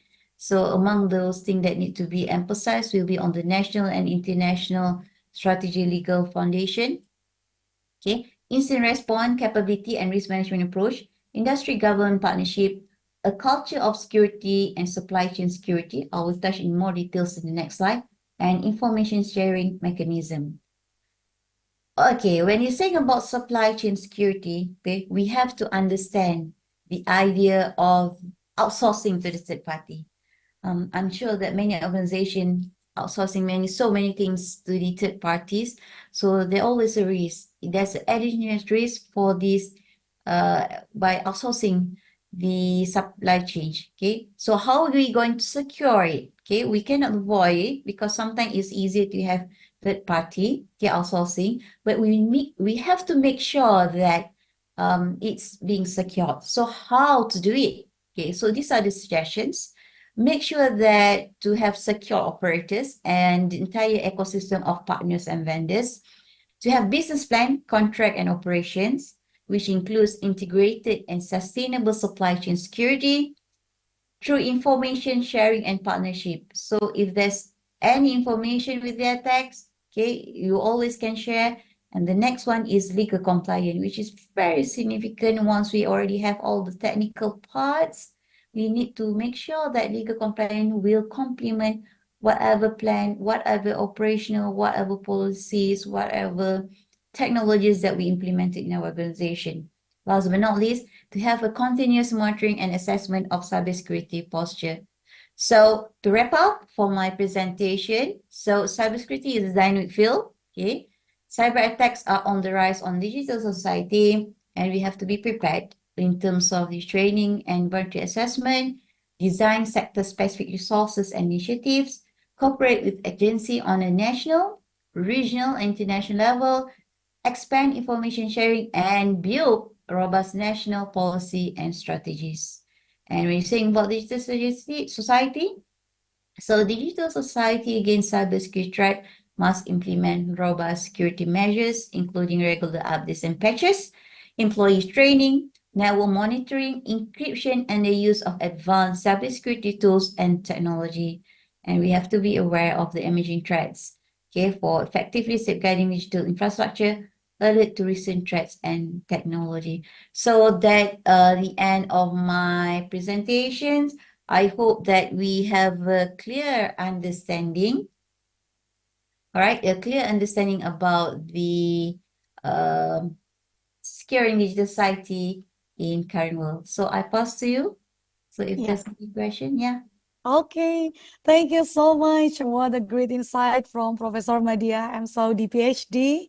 And now I will invite all of the participants to ask questions. You can just write your question to chat box, or maybe I'll give you a chance. You can also directly deliver it to the speakers. Is there any question from participant? Okay. Maybe before going to the question from the participant, I'm curious, Prof, when you talk about what role do students and faculty play in promoting sustainability ICT practices in campus, are there any specific challenges or barriers that students and faculty face in promoting sustainable ICT practices, and how can these challenges be addressed, especially in USIM, Prof? Because maybe from UNIMA point of view, can adopt, or maybe we can collaborate or something to make sustainability ICT practice more comprehend. Well, when you're saying about implementation-wise, there are always challenges. There are always challenges. We have to understand in university, there's a context where there's a different salary of the parents, the economic status of the student itself. So we are heading to the green technology.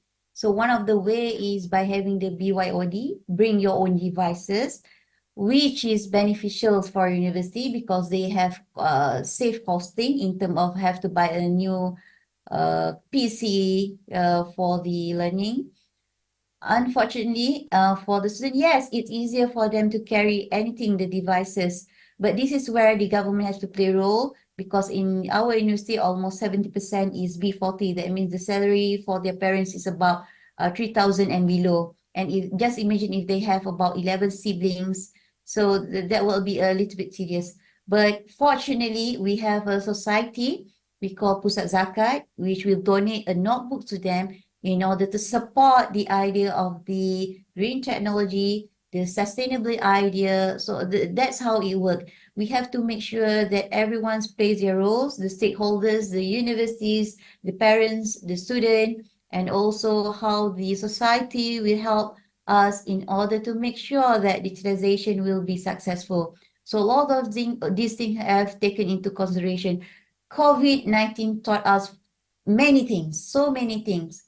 We are unable to access the internet was lousy, many things happened, suddenly the notebook just got crashed. So those are the challenges. This is where the information sharing, the collaboration between different universities, between the public universities, where these students who are probably outside from our campus, for example, they might be in Bandung, okay, and Unima is somewhere else. So they can go to that particular university to use the utilities over there. So that's how the public university works. We share information about the students so they are able to go for their studying or for exam online at that particular certain places in the university. So different this COVID-19, when during the COVID-19, I was also the chief information officer at the moment. Okay, so there are many challenges. We have to sacrifice. There are many things that we have to make into consideration to make sure the teaching and learning will go smoothly. So saying that, okay, to go back to the questions, it has it takes cooperations from different stakeholders to ensure that the idea of sustainable will be successful. That's the answer from me, Pristy. Sharing the experience, basically. I hope that is clear because usually when we say about digital society, people got the idea of, it's just about computers. So when we look into the video, Estonia, the plantations, everything, and then we go to museum. So it's not something impossible to be implemented, but yet there are many challenges, which include the cybersecurity, which is my area, that have to take into consideration. So that's simple for me. Okay, thank you, Prof. And there are one question also in direct message from Mr. Asfan Muqtadir. He said, like, I'm very interested in Prof. Madina explanation about digital society.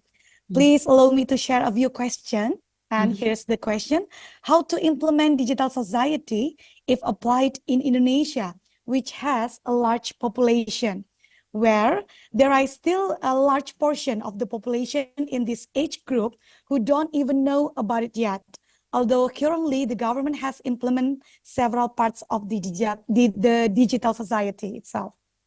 Well, it's not easy, as I mentioned earlier. It's not one day work. But I saw the Prime Minister's initiative. He did lots of work, great job, I think, where he made collaboration with different parties from internationals, national industry. When you're saying about big population, this is where all the stakeholders have to play their roles effectively. So if you ask me, okay, Malaysia, Indonesia more or less is quite similar in a way, where we have a bigger populations. The challenges is to have the infrastructure, okay, to implement the 5G is not easy. And we also have the generation which still lack of knowledge in terms of digital, right? Like my mom, but still she's using WhatsApp. She's 75, right? So at least she knows something how to communicate with the outside world, okay? So of course, the media have to play roles, the government have to play roles, the users have to play roles. So we as the neighborhood, we have to inform them. It's not an easy job, honestly. It will take many years. It will take a lot of efforts, a lot of money, a lot of initiative of different stakeholders. I would say that from Indonesia perspective, at the moment, I believe that Indonesia already have their plan. Okay, every country have their plan. It's just that the education process might take some time, which we have to bear with it. And as, for example, at the moment we are at the university, there always a way where we can do the USR, the university, what we call the CSR, community social contribution, where you can transfer your knowledge to the outskirts, to the villages, and inform them, especially for the computer student. Not computer student, all the Gen Z know how to use computer. We inform them how to use the computer, how the digitalization give a good impact. It's not easy to change the perceptions, the old people, the elder people. I had the experience. Okay, so that's how the university play roles as a student, as lecturers. We need to give back to society. So we have to figure out what's the best way, how we can convey them. And at the same time, government, I'm sure that there are many, the lecturers, the industry are taking aggressive initiative for digitalization. Not bad. I went to Bandung. It's not bad in Indonesia, honestly. You can still reach all the internet. So it's just that it might take some time. It just in terms of time and the creation from different parties. That's my answer for the question. Okay. Oh my God. Thank you so much, Prof. Madia. What a fruitful discussion we have for today, but unfortunately, the time is up. Okay, ladies and gentlemen, that's our session with Professor Madia M. Saudi, PhD from University Sains Islam Malaysia, Malaysia. Thank you so much, Professor Madia M. Saudi, for Thank your you. bunch of knowledge and insight. And All I right. hope we can meet soon, and we'll Yeah. welcome you to come here in Magelang. Inshallah. Inshallah, as soon as possible. Yeah, Prof, yeah? All right, inshallah. I'm visiting professor over there. Don't worry. Yeah. Okay. Thank All you so right. much, Prof. All Have a right. good Thank you so day. much. Have a nice day, everyone. Thank you. Yeah. Thank you. Thank you. Assalamualaikum. Waalaikumsalam warahmatullahi wabarakatuh. Okay, ladies and gentlemen, now let's move to the third session. The third session will be delivered by the third keynote speaker, Professor Hamid Solmaz, PhD from Gazi University, Turkey. Professor Hamid Solmaz, PhD from Gazi University, specializing in automotive engineering. Professor Hamid Solmaz, PhD, brings a wealth of expertise to our discussion today, with a primary focus on combustion, performance, and emission of internal combustion engines. In addition to his works in automotive engineering, Professor Hamid Solmaz, PhD, is deeply involved in the investigation and optimization of nanomaterial support membrane production. Please join me in extending a warm welcome to Professor Hamid Solmaz, PhD, whose groundbreaking research and commitment to advancing automotive technology make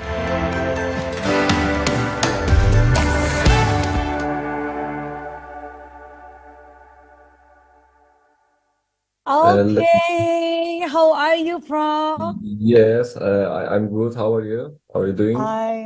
I'm super excited to hear Yes, a lot of knowledge I am that you'll also, give and it's share. very early here in Turkey.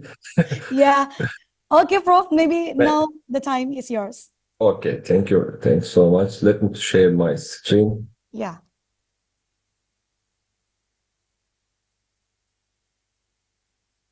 Is that fine? Can you see my screen? Yeah, we Okay. can see your screen. Okay. Yeah, first of all, I would like to thank you to everyone who contributed to Symposium and on the organization. I hope it will be a great event for everyone to create opportunities and collaborations for the participants. I would like to thank the organizing committee and especially Professor Muji Setio for his invitation for me as an invited speaker today. Today, I would like to talk about the steps taken to achieve the zero emission in road transportation. First of all, please let me to introduce myself briefly. Oh my God, yes. Yes, I'm currently working as a professor in Gazi University in the Faculty of Technology, Automotive Engineering Department. I completed my doctorate in 2014. You are now seeing a photo from rectorate from Gazi University main campus.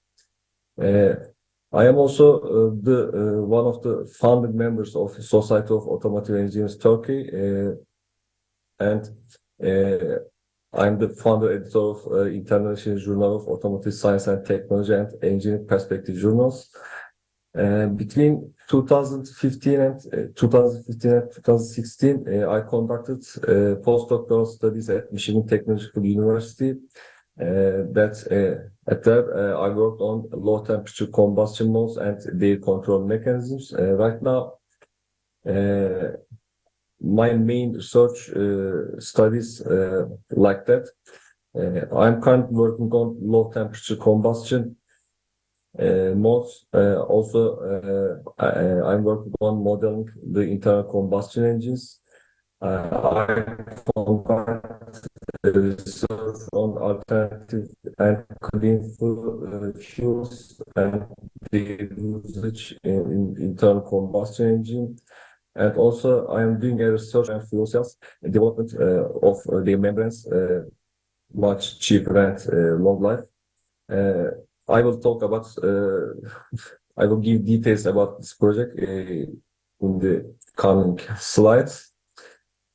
So, in the presentation, I will talk about global warming and various attempts for low zero emission approach and electric vehicles. After that, I will conclude with the finally and inevitably, I will conclude by talking with the fuel cells. Yeah, I start my presentation with a question because nowadays everyone asking me there's a real global warming, and I would like to ask, do you believe in global warming? Yeah, as scientists, we are only comment on what the science has telling us, but some people may not believe in science, or they don't choose the path of the science, and sometimes they prefer to believe in superstition, or of course they know the truth, but they prefer to contradict the science or from the other reasons, by the other reasons. But unfortunately, now this makes the truth, which is right, in front of us, in front of eyes, and supported by scientific data.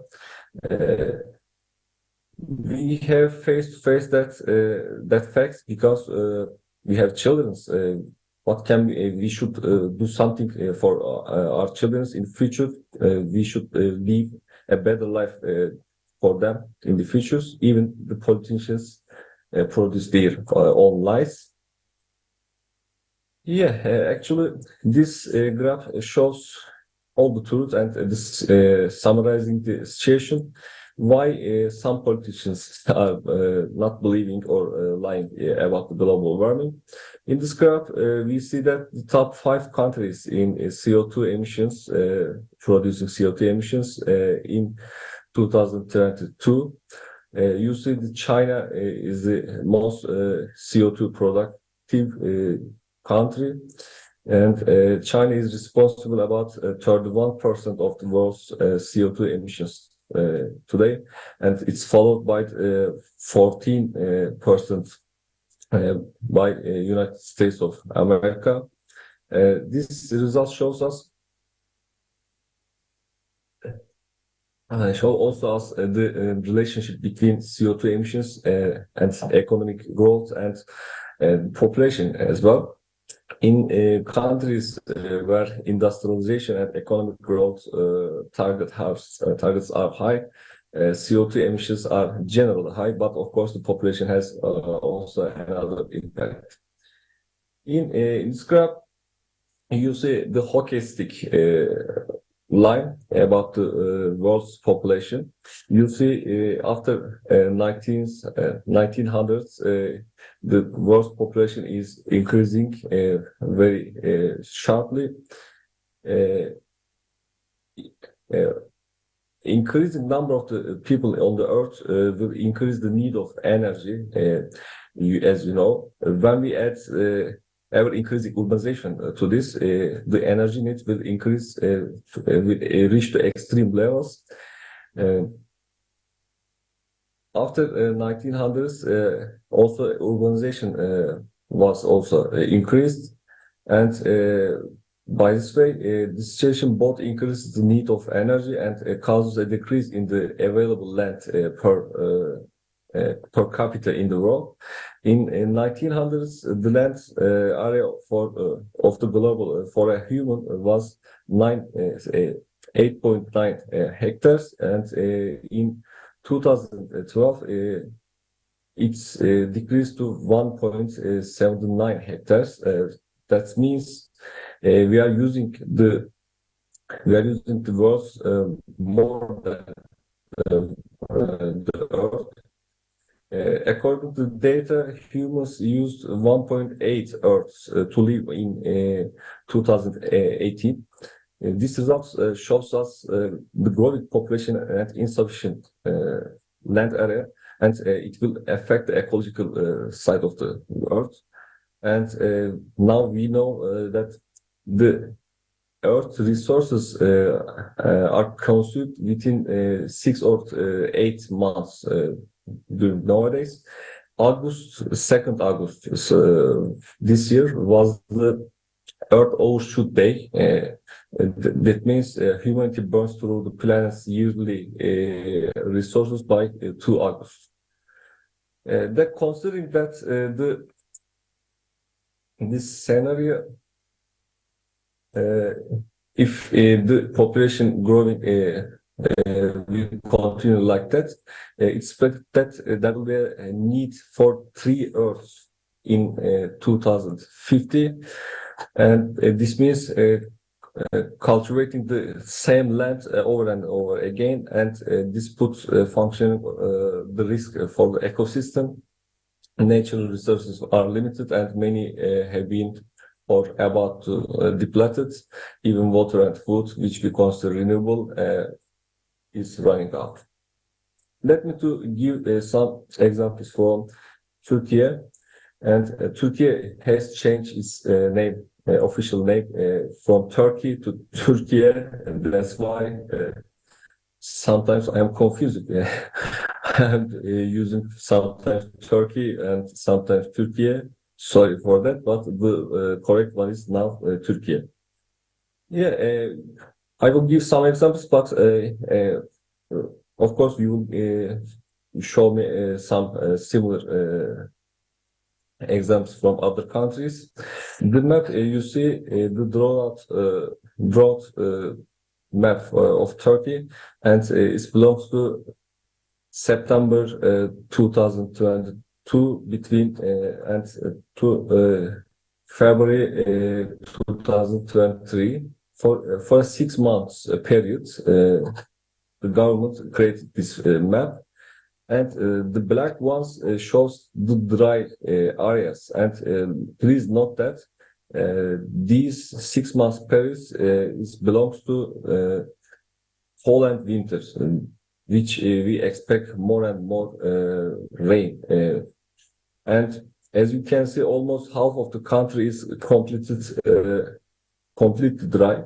And of course, there's another point that we should consider, we should think.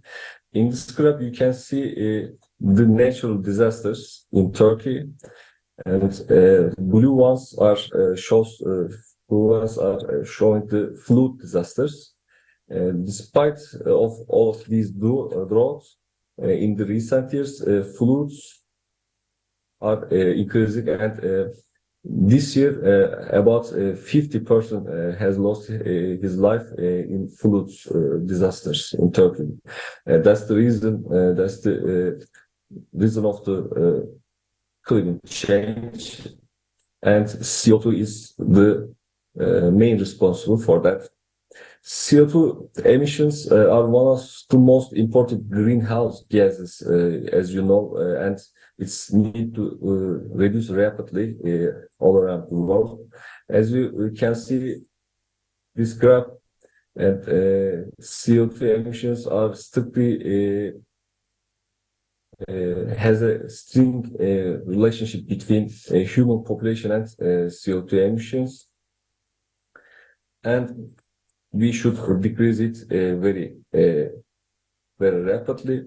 According to the International Energy Agency, CO2 emissions from the global energy industry in the world increased 6% in 2021, and it's reached 36.3 billion tons, which is the highest level ever in the world. According to Paris Agreement, global average temperature increase compared to pre-industrial times should be kept below 2 Celsius degrees and should be limited to 1.5 Celsius degree. For this, atmospheric CO2 levels should be kept below 450 ppm.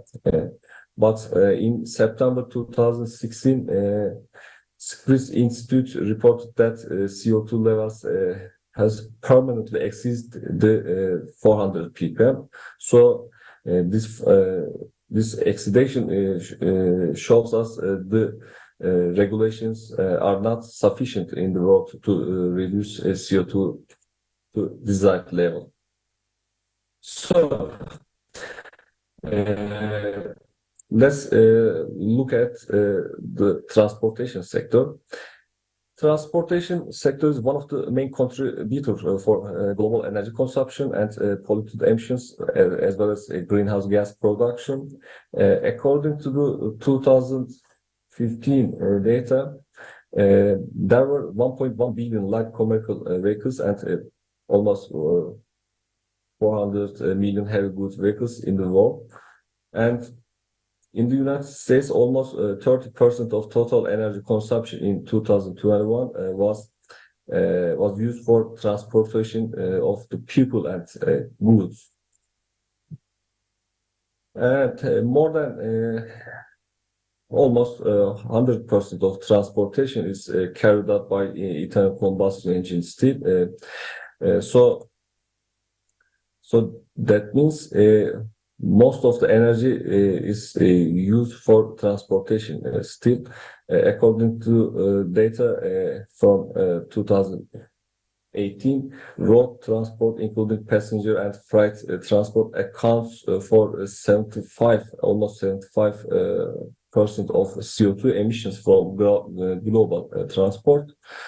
When we consider that for road transportation, the road transportation causes the 15% of the total CO2 emissions in the world right now. And also approximately 95% of energy used in the transportation is provided from the petroleum, from the liquid fuels, and liquid fuels are most widely used energy source in transportation right now. Because they have high energy density and easy to transportation and storage, and large global infrastructure and production or distribution of liquid fuels has been established all over the world in the past centuries. So there's an inseparable relationship between transportation and crude oil or petroleum. Currently, about 60% of crude oil is used to produce liquid fuels for internal combustion engines, and as I said, 95% of the energy used in transportation is coming from crude oil. So, many different research and development efforts have been carried out to date to reduce the CO2 levels from result from internal combustion engines, and some of them is catalytic converter, selective catalytic reduction, diesel particulate filter, exhaust gas recirculation, and NOx trap filter, or similar technologies have been used. Although these technologies which aim to reduce the after they occur after the combustion as an after treatment system. They have a significant success, we know, but they cannot. They don't have ability to meet the increasingly stringent emission regulation in the world. Especially in diesel engines, the inability to reduce the NOx and particulate emissions simultaneously leads to the failure to meet the emission regulation and causes to manufacturers to stop their investments in diesel engine and terminate diesel engine production, especially in Europe. In addition, these technologies, all of these technologies cannot be sufficient to reduce the CO2 greenhouse gas emissions.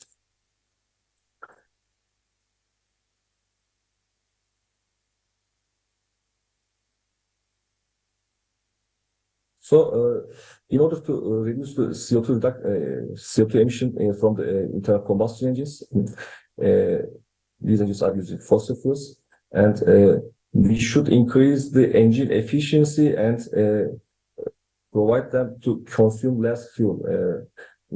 Just by this way, we can achieve CO2 reduction.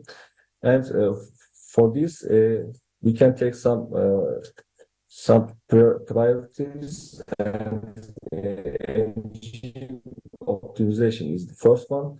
Improving the engine efficiency depends on the compression ratio, as you know, and we cannot increase the compression ratio as we desire, because in gasoline engines, octane number don't allow that, and also thermal and mechanical loads acting on the piston or cylinder walls is preventing to increase the compression ratio as we desire.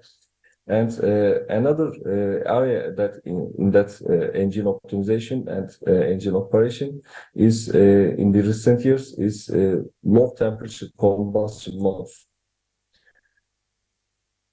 Yeah, there are different kinds of low temperature combustion modes, such as HCI, PCCI, and RCCI. These modes, these modes are using lean mixing combustion. So after combustion temperatures are very low in these modes, the combustion temperature is reduced due to the application homogeneous and lean mixture, and therefore the NOx emission and particulate matter emissions can be reduced simultaneously. In addition, the engine efficiency of these modes increased because the high compression ratio, like diesel engines, and also reduce heat losses because of the lean combustion, and this allows to reduce the CO2 emissions in total.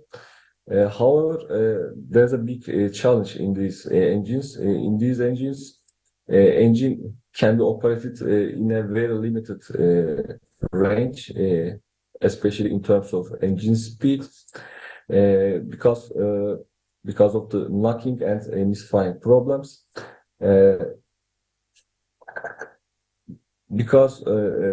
Therefore, these combustion modes in internal combustion engine can be operated with a limited load, like lambda control mode. For example, these three graph belongs to only one engine. I experimented all these data. It was a 2-liter gasoline GM engine, and we operated that in SI mode and in HCI mode and in RCI mode. As you can see, it's not going to after 2000 RPM very rapidly, and this allows its commercial usage. It is not allows its commercial usage, but the development of these engines are still ongoing. I foresee that LTC engines may be used as a extended range hybrid vehicles as a generator engine, maybe in the future. Yeah, another attempt to reduce the CO2 emissions to using alternative fuels. The use of alternative fuels or with low or zero carbon content as an alternative fossil-based fuels and another possibility to reduce CO2 emissions. And in that point, many researchers have carried out lots of studies about alternative fuels, but their usage has not been widespread enough to replace the fossil-based fuels due to limited production and the fact that some alternative fuels are obtained from oils used in the food industry, inadequate logistics, and the need of modification in internal combustion engines. Although there's a regional usage of alternative fuels in the world, especially in Brazil or Argentina, and so they are not at a level that can replace all of the petroleum markets right now. Transmission optimization by optimizing the transmission system on the vehicle. We may reduce also CO2 emissions, but with the current tribological studies, I believe that it's just reduce the CO2 emissions 1 to 3%, not more than. So, in my opinion, does not play a very big role in CO2 reduction. So I pass through that. Aerodynamic design. And aerodynamic resistance is one of the largest resistance force acting on a vehicle. It also determines the top speed of the vehicle. Improvements in the coefficient of aerodynamic drag can lead a significant reduction in fuel consumption, so CO2 emissions may reduce. But lots of research and investments are made on this area also.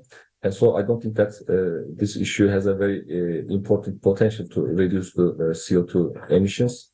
And similarly, lightweighting efforts has a very important, has reached a certain level. And since we cannot use a zero weight vehicle in the roads, in the big picture, lightweighting has no potential for desired level of CO2 emissions, I guess. Yeah, therefore it's obvious that it's no longer possible to achieve the desired level of CO2 improvements with an internal combustion engine or some other arrangements made on the vehicles.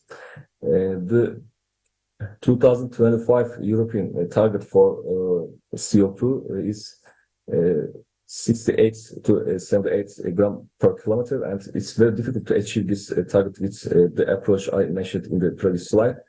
At that point, I don't know if there will be a relaxation on the regulation, but the vehicle manufacturers have already taken their positions. Many vehicle manufacturers have stopped or reduced investment in internal combustion engines for passenger cars, and many vehicle and instead they have stated to prepare new investments for platforms for electric vehicles, as you see on the screen.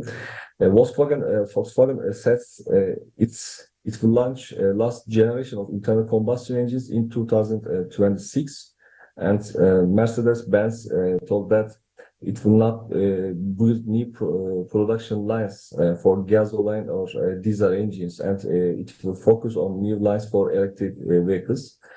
And this trajectory has emerged because electric vehicles have significant potential to, particularly in reducing carbon dioxide emissions and addressing new environmental challenges. Let's talk about electric vehicles. Thanks to a challenge posed by emission regulations and incentive policies implemented by the governments, electric vehicles are becoming as a part of our lives. In 2022, the total number of electric vehicles around the world was 16 million, while this number is expected to reach and exceed over 200 million in 2030. Of course, this will bring a very big economic magnitude, and it will affect all of the other sectors. 2030 is also the date when the internal combustion engine will be banned in city center in many European countries, and legal regulations are expected to ban the use of internal combustion engine in metropolitan city centers in the European countries in 2030. In electric vehicles, the power system has fewer drivetrain elements, which makes the mechanical system much easier to produce and to manufacture, and much cheaper. The whole system consists of a charger, a battery pack, and an inverter, an e-motor, and regenerative braking system equipments. And other advantages that the motor are much simpler than internal combustion engine compared to internal combustion engine, and more compact, take up less space, less volume, and operated very noiselessly, and with high efficiency, especially its efficiency is reaching 95%. And hybrid vehicles are designed that aim to internal combustion engine and electric motors simultaneously or separately in a propulsion system with different algorithms. And right now we have two types of hybrid vehicles, plug-in and non-plug-in hybrid vehicles. By storing electricity through the regeneration, plug-in hybrid vehicles can reduce fuel consumption under a normal driving condition. Hybrid electric vehicles, like plug-in electric vehicles, are driven by a combination of conventional internal combustion engine and electric motor, so they produce CO2 still in real drive conditions. But hybrid electric vehicles cannot be charged via the grid. The battery pack it requires a larger battery pack compared to plug-in hybrid vehicles, and range extended electric vehicles are using an auxiliary combustion engine that charges the vehicle and battery to reach the to make more kilometers.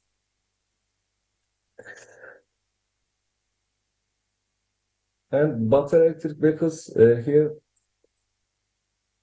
use 100% electricity, and sometimes is also referred as 100% electric vehicle. They don't use any fossil fuels in the real driving conditions, and they don't emit any CO2 emissions during driving. However, the use of large battery pack is mandatory for this type of electric vehicles, because to reach an acceptable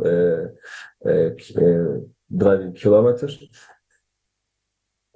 The current European average passenger car for an electric vehicle is about 500 kilometers, but in 2025 it's planned to reach about 750 kilometers. So as the battery package capacity is increased, it's well known that the vehicle will go to more kilometers, but it will require a higher charging timing. But it's not acceptable for users if the break times exceed 1 hour. There are currently 350 kilowatts and above charging station in Europe and United States of America, but their number is quite less. In addition, the charging time with a 350 kilowatts charging station is between 5 to 10 minutes, depending on the battery capacity. For this reason, another issue about the electric vehicles, they are still working on that regarding about charging time. The researchers are trying to equalize that for fueling times like 3 to 5 minutes. And currently in the Europe and United States of America, they are working on a very huge charging power, about 4.5 megawatts. If it's realized, it's planned to reduce the charging time less than 3 minutes. So it will be a very acceptable time for recharging. Of course, not only the development in the charging stations, but also the thermal management and life of the battery pack, which is exposed to high temperatures during charging, should be also studied. Yeah, I also want to share this as a footnote. Another issue with electric vehicles is the charging cables. There are many electric vehicle manufacturers in the world, all around the world, and they're using different charging cables right now. Some of the charging cables are CCS and Shademo, sorry for pronunciation, Kaoji and GBT. Since this situation causes a confusion if the same vehicle is produced for different countries, or if it's changed the country during the driving. It's planned to unify the charging cable types in the future, like that. Of course, it depends on the country's policies and the agreement between the companies. First, it's planned to reduce the charging cable type as 2 in the future in 2030, and then it's predicted that only 1 cable will continue after 2015. Yes. However, I have already mentioned that the need to use large battery pack for an acceptable range. This leads to both increase in vehicle weight and increase in indirect CO2 emissions due to the production and recycling stage of battery pack. In addition, if the electricity to be used to charge these vehicles obtained from fossil sources, the total CO2 emissions increase again. For this reason, in some cases, it has been stated that the amount of CO2 from electric vehicles is higher than the use of internal combustion engines. In this table, you see the greenhouse gas emissions from electric vehicles and internal combustion engines are compared as a result of life cycle assessment in different studies. When the results are analyzed, it's seen that the use of electric vehicles cannot directly reduce the greenhouse gas emissions according to life cycle assessment. If the main source of the electricity generated is not the renewable energy, and the energy consumed during a battery production is not taken into account, it's concluded that the amount of greenhouse gas caused by an electric vehicle during its service life will be higher than the vehicle with the internal combustion engine. I would like to mention about 4 main topics for CO2 produced in battery production. On average, mining and refining of raw material account for about a quarter of total battery production emission, while lithium and nickel are responsible for more than half of that one. For both cathodes, active materials and anode active materials, most of the emissions coming from the high temperature processes. And in these steps, the boilers and electricity are used to precipitate the materials and dry them and expose them to strong heat for several hours. Since these processes require electricity and extra effort are needed to ensure the stability and continuity, companies can completely electrify the production processes. Today, most of non-electric emissions in cell production come from electrode drying processes, which requires moderate heat between 50 to 160 Celsius degrees. Typically, the cell manufacturers use natural gas powered electrode drying lines, but electric versions of this technology also available. But in this case, the type of electricity also is important. Is that renewable or not? Providing all electric cell manufacturing process with low carbon electricity 24/7 results in average 25% reduction in mine to cell production emissions. So let's talk about fuel cells. As you see, battery production still producing CO2 emissions. So we need more renewable and cleaner energy sources like hydrogen, and I believe that the future belongs to hydrogen. Fuel cells generate electricity and heat through electrochemical reaction using hydrogen and oxygen, while only water is released. As long as the hydrogen is produced from renewable sources by wind or by sun, it will result net zero emission, zero CO2 emissions. There are many different designs and types of fuel cells, but they all work on the same basic principles. PEM fuel cells can operate with high efficiency in the 60 to 100 Celsius degrees range. However, their specific cover is quite high due to the high energy capacity of the hydrogen, and it will produce zero emission. Their efficiency can reach 40 to 50% with a high power output.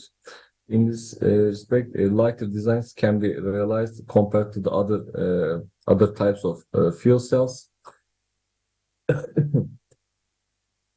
and its power can be reached to 500 kilowatts. So it's the most suitable fuel cell for automotive applications for this reason.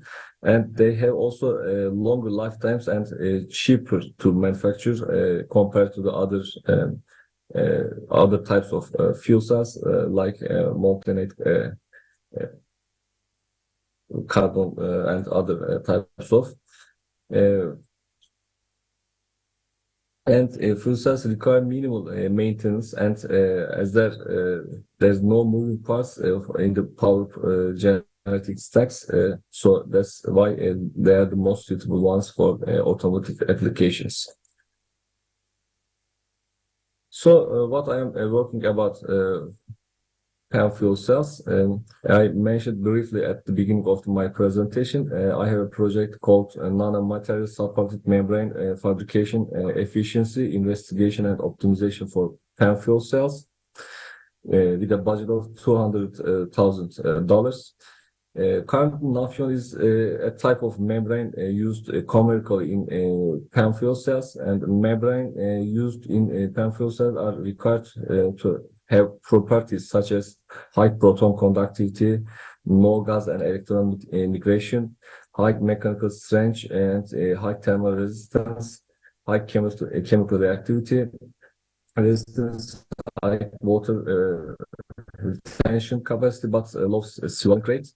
We believe that nanomaterials can improve the characteristics of membranes because the membrane is the heart of the for the fuel cell, and PEM fuel cell, and due to their high specific surface area of the nanomaterials and high conductivity and resistance, they may improve the mechanical and other proton exchange capacity of the membranes. For this purpose, we are working on development of membranes with different nanomaterials and Nafion. And thank you for listening to me. If I exceed my duration, sorry for that. Yeah, thank you so much, Professor Hamid Solmes. And now I will invite all of the participants here to ask the question.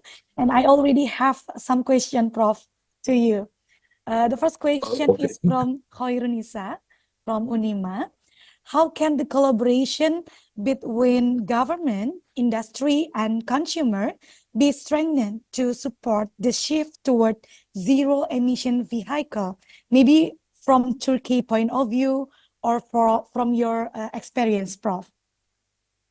From the point of Turkey, there is no any support from the government to achieve the CO2 emissions. But in European countries, the governments are encouraging the usage of the electric vehicles and providing some tax reductions for to buy and to sell the other types of cars. I hope in the future Turkey will start something like that. Okay, Prof. One question again from YouTube.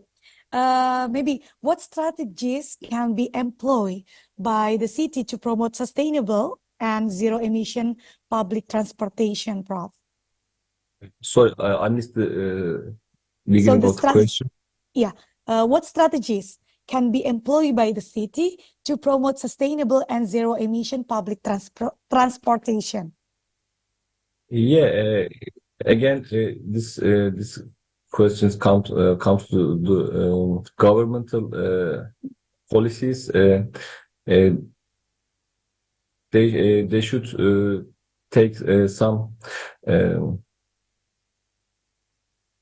preventions and some policies. They should publish some policies about the city center CO2 levels regularly, and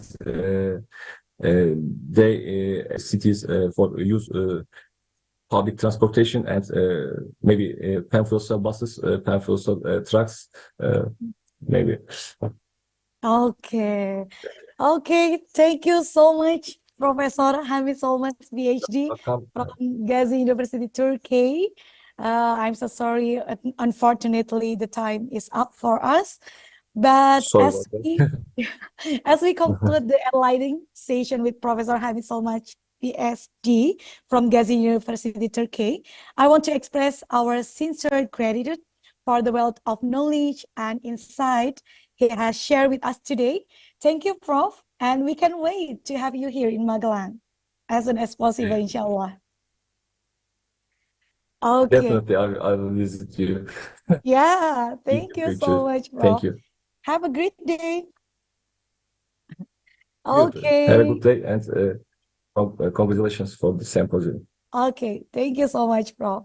Okay, ladies and gentlemen, now we will move to fourth session. So the fourth session will be delivered by Professor Mustafa Maddaris, expert staff at PB Muhammadiyah Indonesia.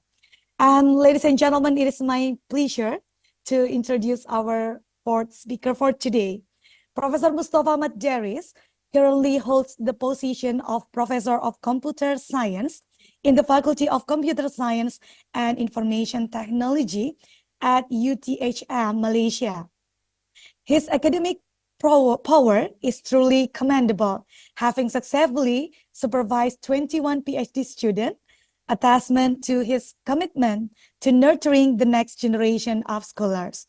Professor Maddaris has made substantial contribution to the academic community with over 248 publications in journals and conference proceeding indexes in Scopus.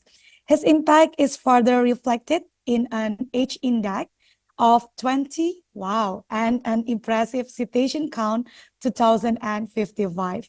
So please join me in welcoming Professor Mustafa Maddaris.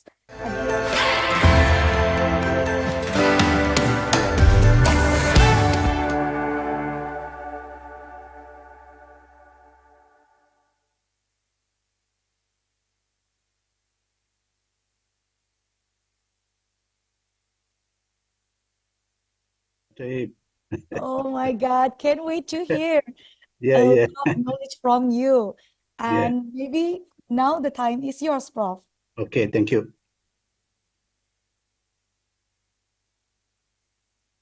Yeah, maybe you can just share screen.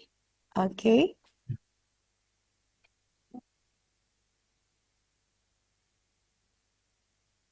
Okay. Yeah. Okay, can you see it? Yes, absolutely. Okay, thank We you can so see. much. Yeah. By the way, thank you so much, Christy, and all participants. Assalamualaikum warahmatullahi wabarakatuh. Waalaikumsalam warahmatullahi wabarakatuh. My title of my presentation today, especially to this event, is Big Data and Data Science Benefit, Challenges, and Future Direction.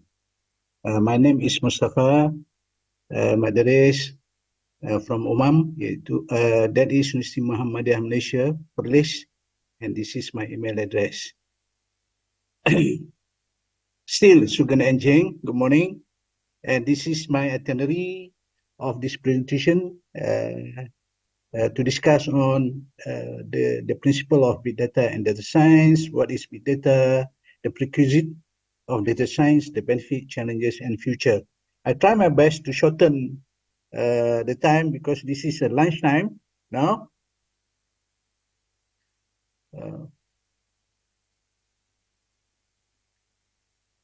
Basically, we have discussed, we have listened the discussion from Prof. Madiha on a digital society, where from that kind of statement or from that kind of words, we can easily see that everything should be stored in a computer. So definitely we believe that all information, all data stored in the computer, which I believe is considered as a huge data or huge information. And big data definition is a data set that resemble a lot of event and require distributed data storage. For instance, for digital society, and definitely we need parallel data processing and special approach and method to manage and to analyze it. This is the definition of big data. Right.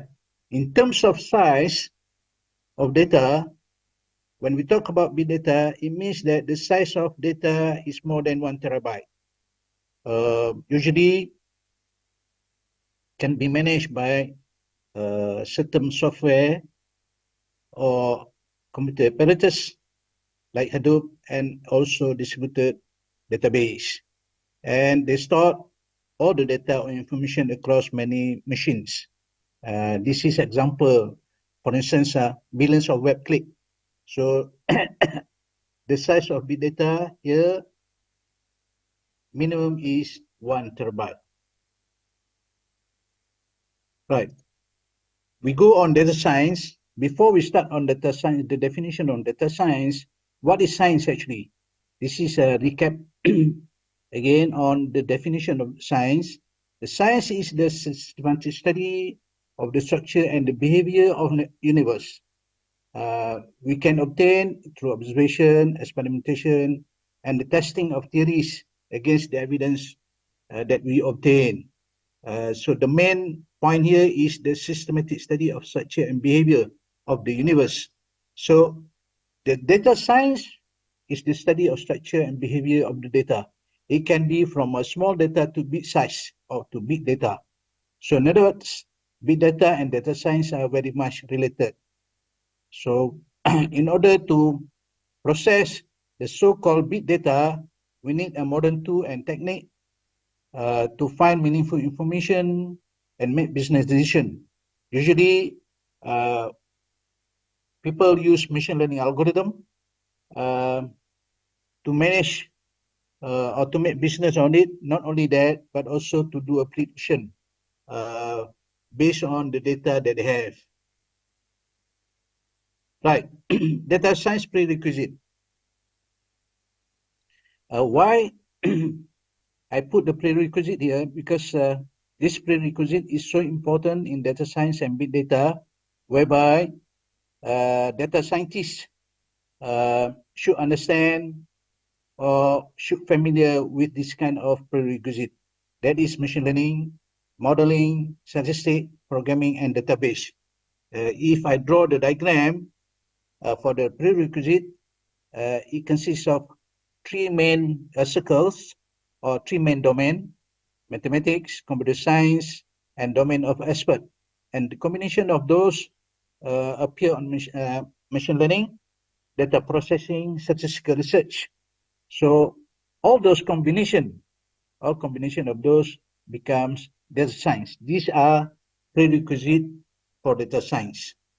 Now, it goes back to big data. I give you a simple example on the scenario.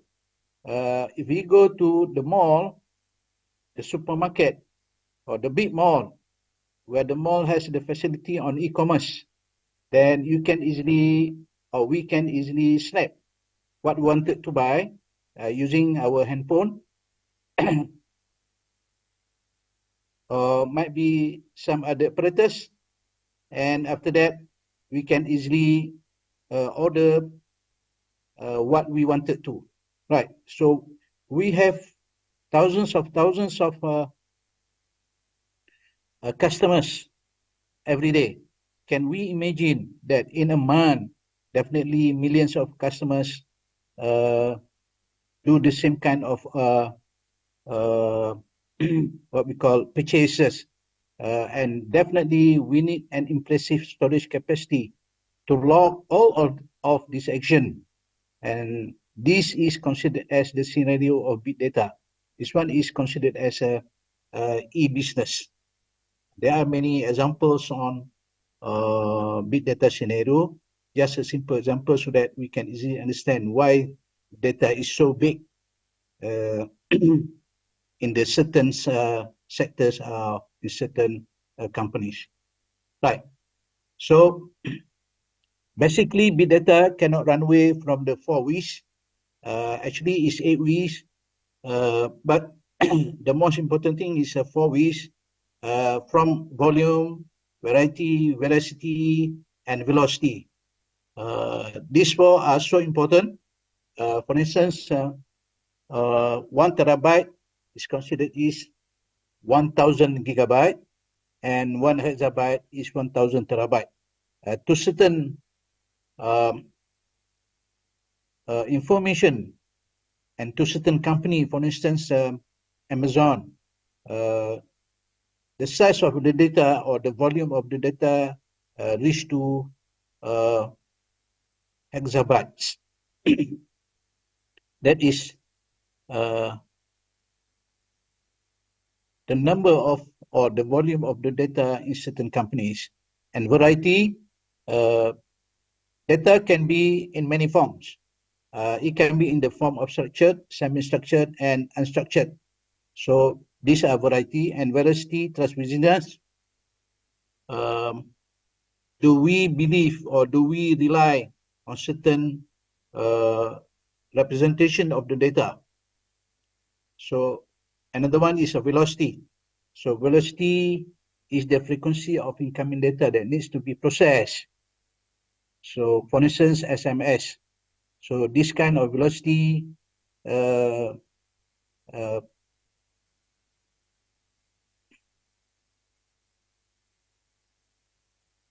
is an example of, for instance, Amazon AWS is an example of an application that handle the velocity of the data. So the velocity is so important to us so that we can easily get the so-called real-time information. And just the principle of big data and data science, the popular framework and programming language for big data framework like Apache Hadoop, Apache Spark, Cassandra for big data programming, Java, and the most popular one is Python and R. Why I share with this information to all of us should know because data scientists should know this kind of framework and programming language. Example here, like e-commerce, for instance, Alibaba, Shopee, Amazon. Other examples are in sectors like public sector. For instance, for that was shown by Prof. Madiha, Estonia in public sector, in entertainment, right? So as in Malaysia, public sector like Malaysian government,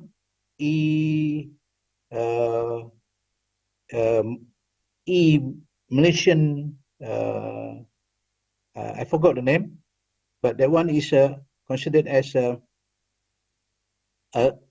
towards the digital society, so as smart city, e-health, so on and so forth.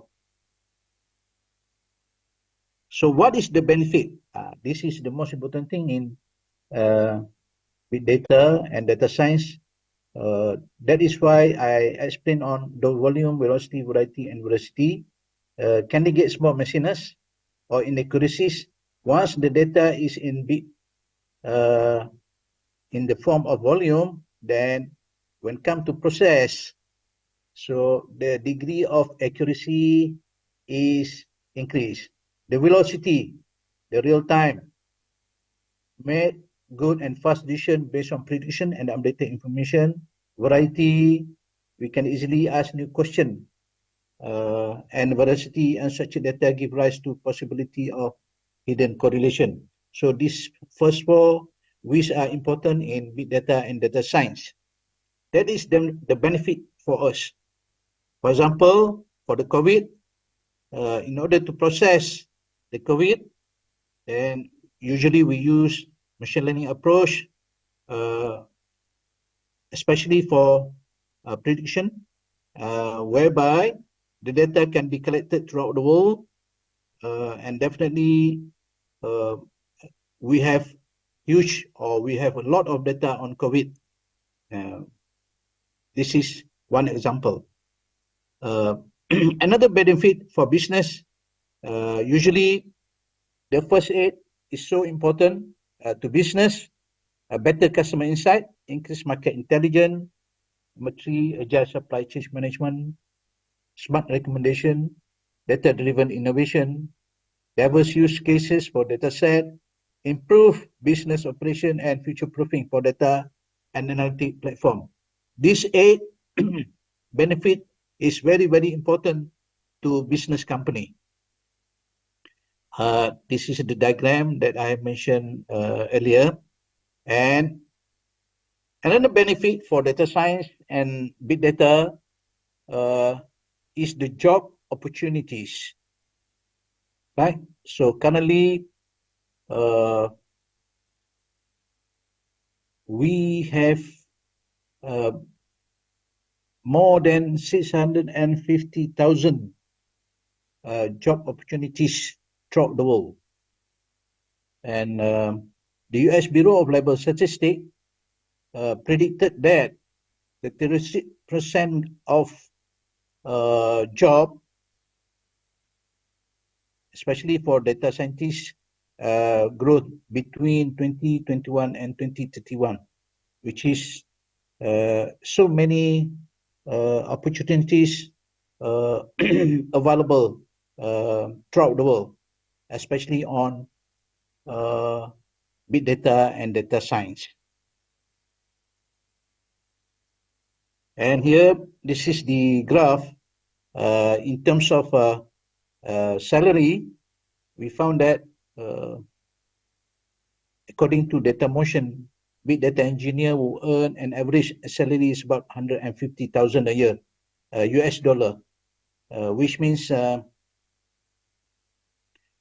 more than 12,000 US dollar per month. That's how the big data and data science is so important. In other words, data scientists considered as, or big data engineers considered as one of the good position as compared to others. So these are top 10 countries that require data scientists, as well as the salary. Number 1 is Denmark, and number 10 is Norway. So Norway give the salary, well, it's about 74,000 US dollar per year, while Denmark can easily give the salary to approximately 170,000 a year, followed by Switzerland, Australia, Belgium, USA, Israel, Italy, Singapore, and number 9 is UK. These are top 10 countries that require big data scientists or big data or data professionals, right? So those are benefit for the big data and data science, in other words, to data scientists. What about challenges? Since data are stored is so big and so huge in a machine, definitely we require expensive and good computing machine. And therefore, we need very much investment or provision that to be allocated in order to buy the so-called the superpower machine. And processing, definitely processing is so important. Why? Because the input and output of information we need to be unified, and definitely we have some difficulties based on the data that we insert either in the form of structured, semi-structured, and unstructured information. So the processing is another challenge to us.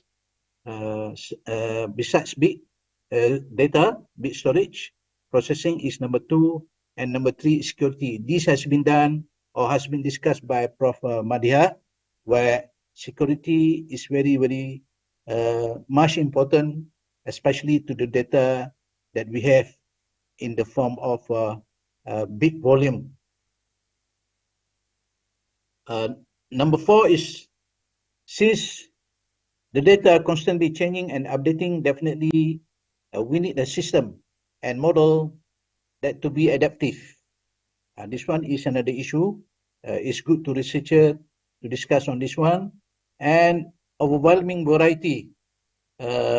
Definitely, we have the so-called poor data quality. We receive the poor data quality. So how do we solve this before we process? Definitely, we need to clean data before analyzing it. Thus, appropriate methods are necessary. So these two are very important to researcher to discuss and to come up with a new approach in order to overcome this kind of problems, right?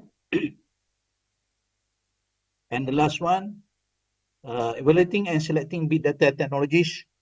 Definitely, this one require a lot of money because Hadoop ecosystem, for instance, non-SQL database is so expensive. Predictive analytics, for instance, such as SAS, is quite expensive as well.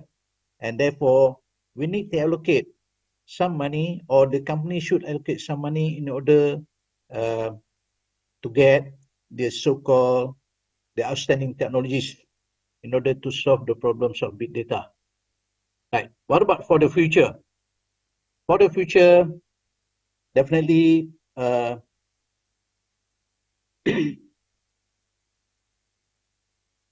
we need a kind of approach, or we need a kind of new model, or at least to improve the current model in order to solve the so-called the challenges that we have discussed just now. That one is so important to us. And number two, as data continues to expand and grow, cloud storage provider like Amazon Web Services, Microsoft Azure, and Google Cloud will rule in storing big data. And therefore, we need very, very outstanding people or very experienced people in order to solve this kind of problem. Definitely, more job opportunities for data professionals to manage the data of a company. And number three is, I can share with you the 3 big data trend. Number one is top benefit for the big data. We have discussed just now. Number two is area. As we look at on the area where companies plan to increase, the social media data carries or require 50%. Document text, 44%. And video image, sensor, RFID, 29%. Transaction data, 28%. And system log is about 25%. Definitely, social media data is so important. And we need to process and to analyze the social media data so that the companies or the public sector can give very good decision out of the analysis from the social media data. And number three is, how do companies plan to monetize the data? 38% should be allocated for digital platform. This one is so important. Other words, for digital platform, the company should allocate, well, it's about 38%. Number two is provision or the allocation of analysis results, 26%. We need data scientists here, and provision of data via benchmarking is about 25%. So these are future trends whereby at the end of the day, data scientists is so important in each company in order to solve the problems on big data and data analysis. Right. Here is the job. I list out 8 data science jobs that will boom in 2025. So I get it from the Market Business Insider. Number one is data scientist. Number two is data analyst, machine learning specialist. Number 4, infrastructure architect. Number 5, business intelligence developer, data engineer, data architect, and statistician. So these are 8 data science jobs that will boom in 2025. What about after 2025? actually, we managed to get the information from the data science career advice. Just for US alone, in 2023, based on the case study done by, I forgot the name, posted by 336 companies across 50 industries and 49 states. So they require, or there are 806 data scientist position or data scientist vacancies for 2023 only. This one is for 336 companies. So what about thousands companies available in US? Not only in US, but also in Europe, in Asia, in China, so on and so forth. Definitely, they are so huge, and we have many opportunities. Our data scientists have many opportunities to work with across the globe. And according to US News and World Report in 2023, data scientist is one of the very, very interesting position, and that is very highly required. Is considered as a top job in terms of pay and demand. And from Ritesh Sharma, from ex-Oracle, he said that the data scientist demand will increase in the form of exponential in 2025.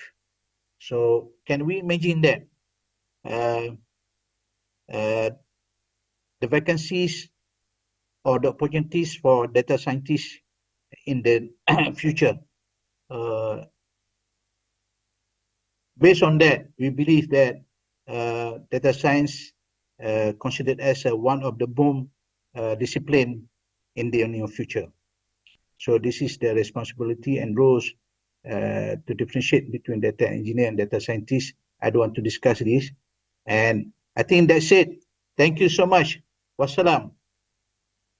Okay, thank you so much, Professor Mustafa Ahmad Daris.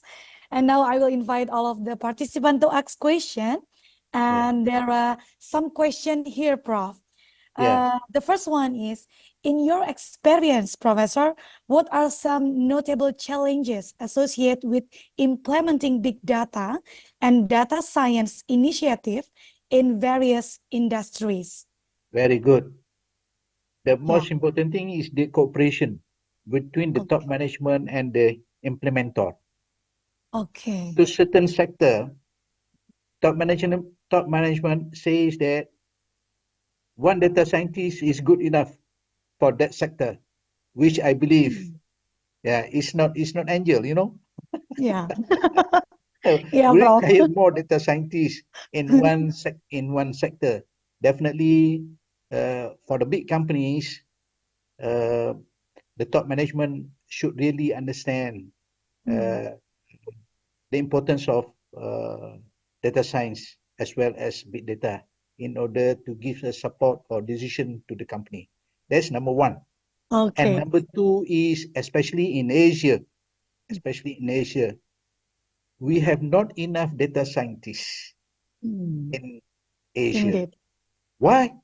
Because to certain countries, data science program just offered for the BSc and master's degree level. However, in US, especially on big data, because big data was discussed by MIT, Massachusetts Institute of Technology, started in 1987. Can you imagine? And we in Malaysia and in Indonesia, we just started, offering this kind of program. And definitely, we need more universities to offer this kind of program and require more lecturers who are good in this kind of discipline. That's number two. And number three. Number three? Number three is money. Oh yeah. Because we need kind of technology. The current technology, definitely we need more money to be the provision or allocation of money to be allocated to that new technologies, right? To certain sector, to certain company, they don't want to do that. Yeah. Yeah. Okay. Yeah. Okay. Thank you so much, Professor Mustafa Madaris. As we bring this illuminating session to a close with Professor Mustafa Madaris, expert staff at PP Muhammadiyah, I extend our heartfelt appreciation for the abundance of knowledge and insight he has graciously shared with us today. Thank you so much, Professor Mustafa Madaris. Thank you Hopefully we so can much. meet as soon as Yeah. possible in person, ya, Prof, ya. Yeah. Thank you so much. Thank you to Yeah. everybody. Yeah, have a nice day, Prof. Have a nice day. Wassalam. Assalamualaikum. Okay, ladies and gentlemen, before we close this enriching session, allow me a moment to make an important announcement to you all. I would like to share with you some noteworthy information. The first one is the question and answer session will take place from 1 to 3 p.m. Jakarta time, asynchronously through the Congate system. Please ensure that you log in into your respective account and actively participate by asking and answering questions in the comment and section of the link video. And the second one is the list of video is organized by topic and the distribution can be viewed on the website. Allow me to share you the program book for this symposium. Wait a second. Okay. So maybe you can just download it on the website. And for the Q&A session, you can log in into your account and kindly click online Q&A forum. And to ask the question or giving a feedback, click Ask New Question. And you can select the video that you want to watch and you can give a question or feedback by clicking Q&A forum. And you can write down the question or feedback in your question column with a limit 2,000 characters. When finished, don't forget to click Submit New Question. And back into online Q&A forum and kindly click My Q&A and then click View Conversation and you can write down your answer and your replay column with a limit of 2,000 character. When finished, kindly click Submit and replay. Please, you can just follow the instruction from the program book. And after that, don't forget also, for your information, we will issue two certificates, a participant certificate and a presenter certificate. The presenter certificate will only be awarded to presenter who upload the presentation video and actively participate in the Q&A session. And after participating in the Q&A session, whether by asking questions or responding, you are invited to fill out the presenter record through the Google form as the basis for receiving the presenter certificate. All the information mentioned is already available in the program book on the website. Don't forget to download it. And information related to the submission, full paper, and etc. will be conveyed during the closing remarks. So, ladies and gentlemen, what an enlightening session it has been with all of our distinguished keynote speakers. With that, we conclude the seminar session of the 5th Borobudur International Symposium 2023. A special expression of gratitude goes out to our exceptional keynote speakers for sharing their valuable insight and knowledge today.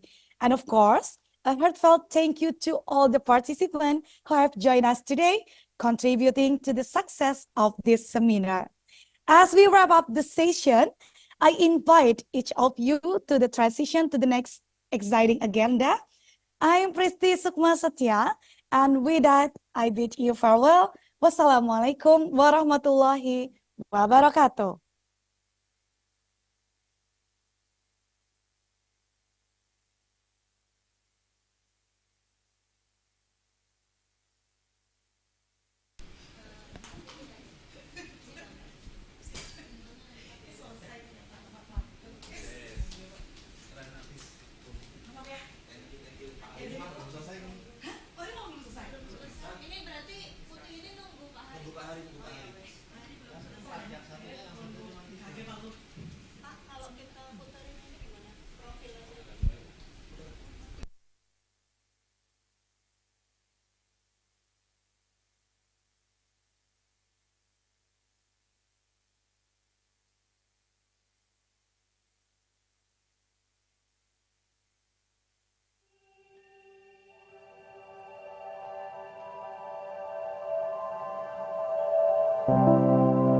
Indonesia, a heaven on earth, the land of immeasurable diversity.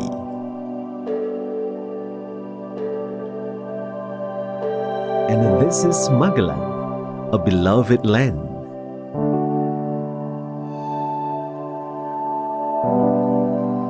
The universe provides many beautiful places with the wonders of the world. Unima present to be a milestone in facing a more competitive and inclusive era. With the prophetic spirit, ethos and motivation, Unima is ready forming the quality people based on Islam, affording the excellent graduates in science and Islamic in behavior. Welcome to Universitas Muhammadiyah Magelang. It has 7 faculties with 21 study programs.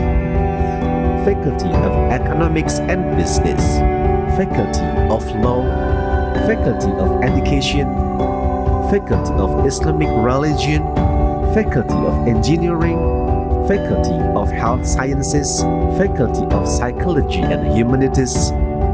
Established on August 31st, 1964, Unima continues to be committed in forming an excellent and Islamic generation. From various backgrounds, we have succeeded in building an intellectual community that enriches and enhances humanity as a contribution to the nation. For the superior generation, Unima is supported by advanced technology facilities for industrial research and development. Standing in a strategic location, our campus is very accessible even for people with disabilities. This is a manifestation of an inclusive educational environment. Maintaining a commitment to the environment and society, Unima always takes concrete actions to create synergy and collaboration with community. In addition, Unima also partners with stakeholders and the industrial sector to facilitate and provide convenience for the students.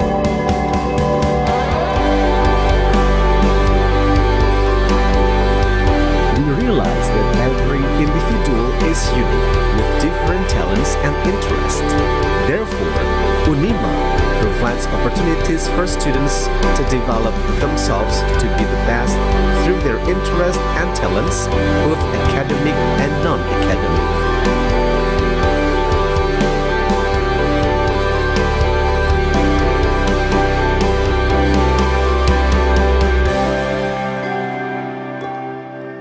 We embrace our diversity, growing the future together for Indonesia and for the world.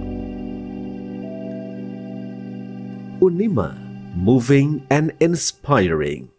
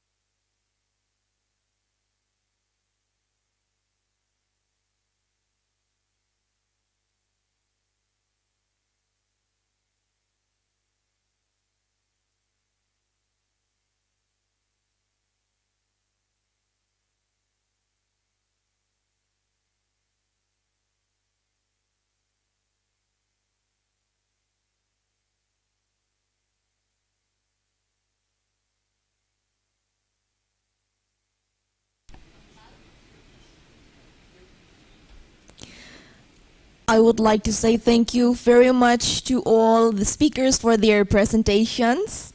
We have gained a lot of insights from today's seminar, ladies and gentlemen. Thank you very much to Mrs. Pristi Sukma Setia Eskom Mkom, and also Mr. Hari Abdul Hakim SHLLM, who have made today's seminar more meaningful with their guidance. All right, ladies and gentlemen and participants whom we respect, today's morning agenda will be closed, and after this we will break first until 1 p.m. and we'll continue to the afternoon program at 1 p.m. until 3 p.m. with a question and answer session. But before we close this morning's agenda, we will share some information for all of you here. Best presenter will be announced on December 18, 2023 through the website bis.unima.ac.id. Souvenirs will be sent as soon as possible after you fill in the souvenir delivery address via Google Forms. And for more information, please join the WhatsApp group and monitor emails regularly. That is all the information, and don't forget to join us again on YouTube or Zoom at 3 p.m. because after the Q&A session, we will give a technical clinic related to full paper submission. Ladies and gentlemen, thus the series of activities on today's morning agenda for the 5th Borobudur International Symposium 2023 in conjunction with Interconnects. If I make a mistake in delivering words that are not agreeable to the hearts of all participants, I sincerely apologize. Thank you very much. Wassalamualaikum warahmatullahi wabarakatuh.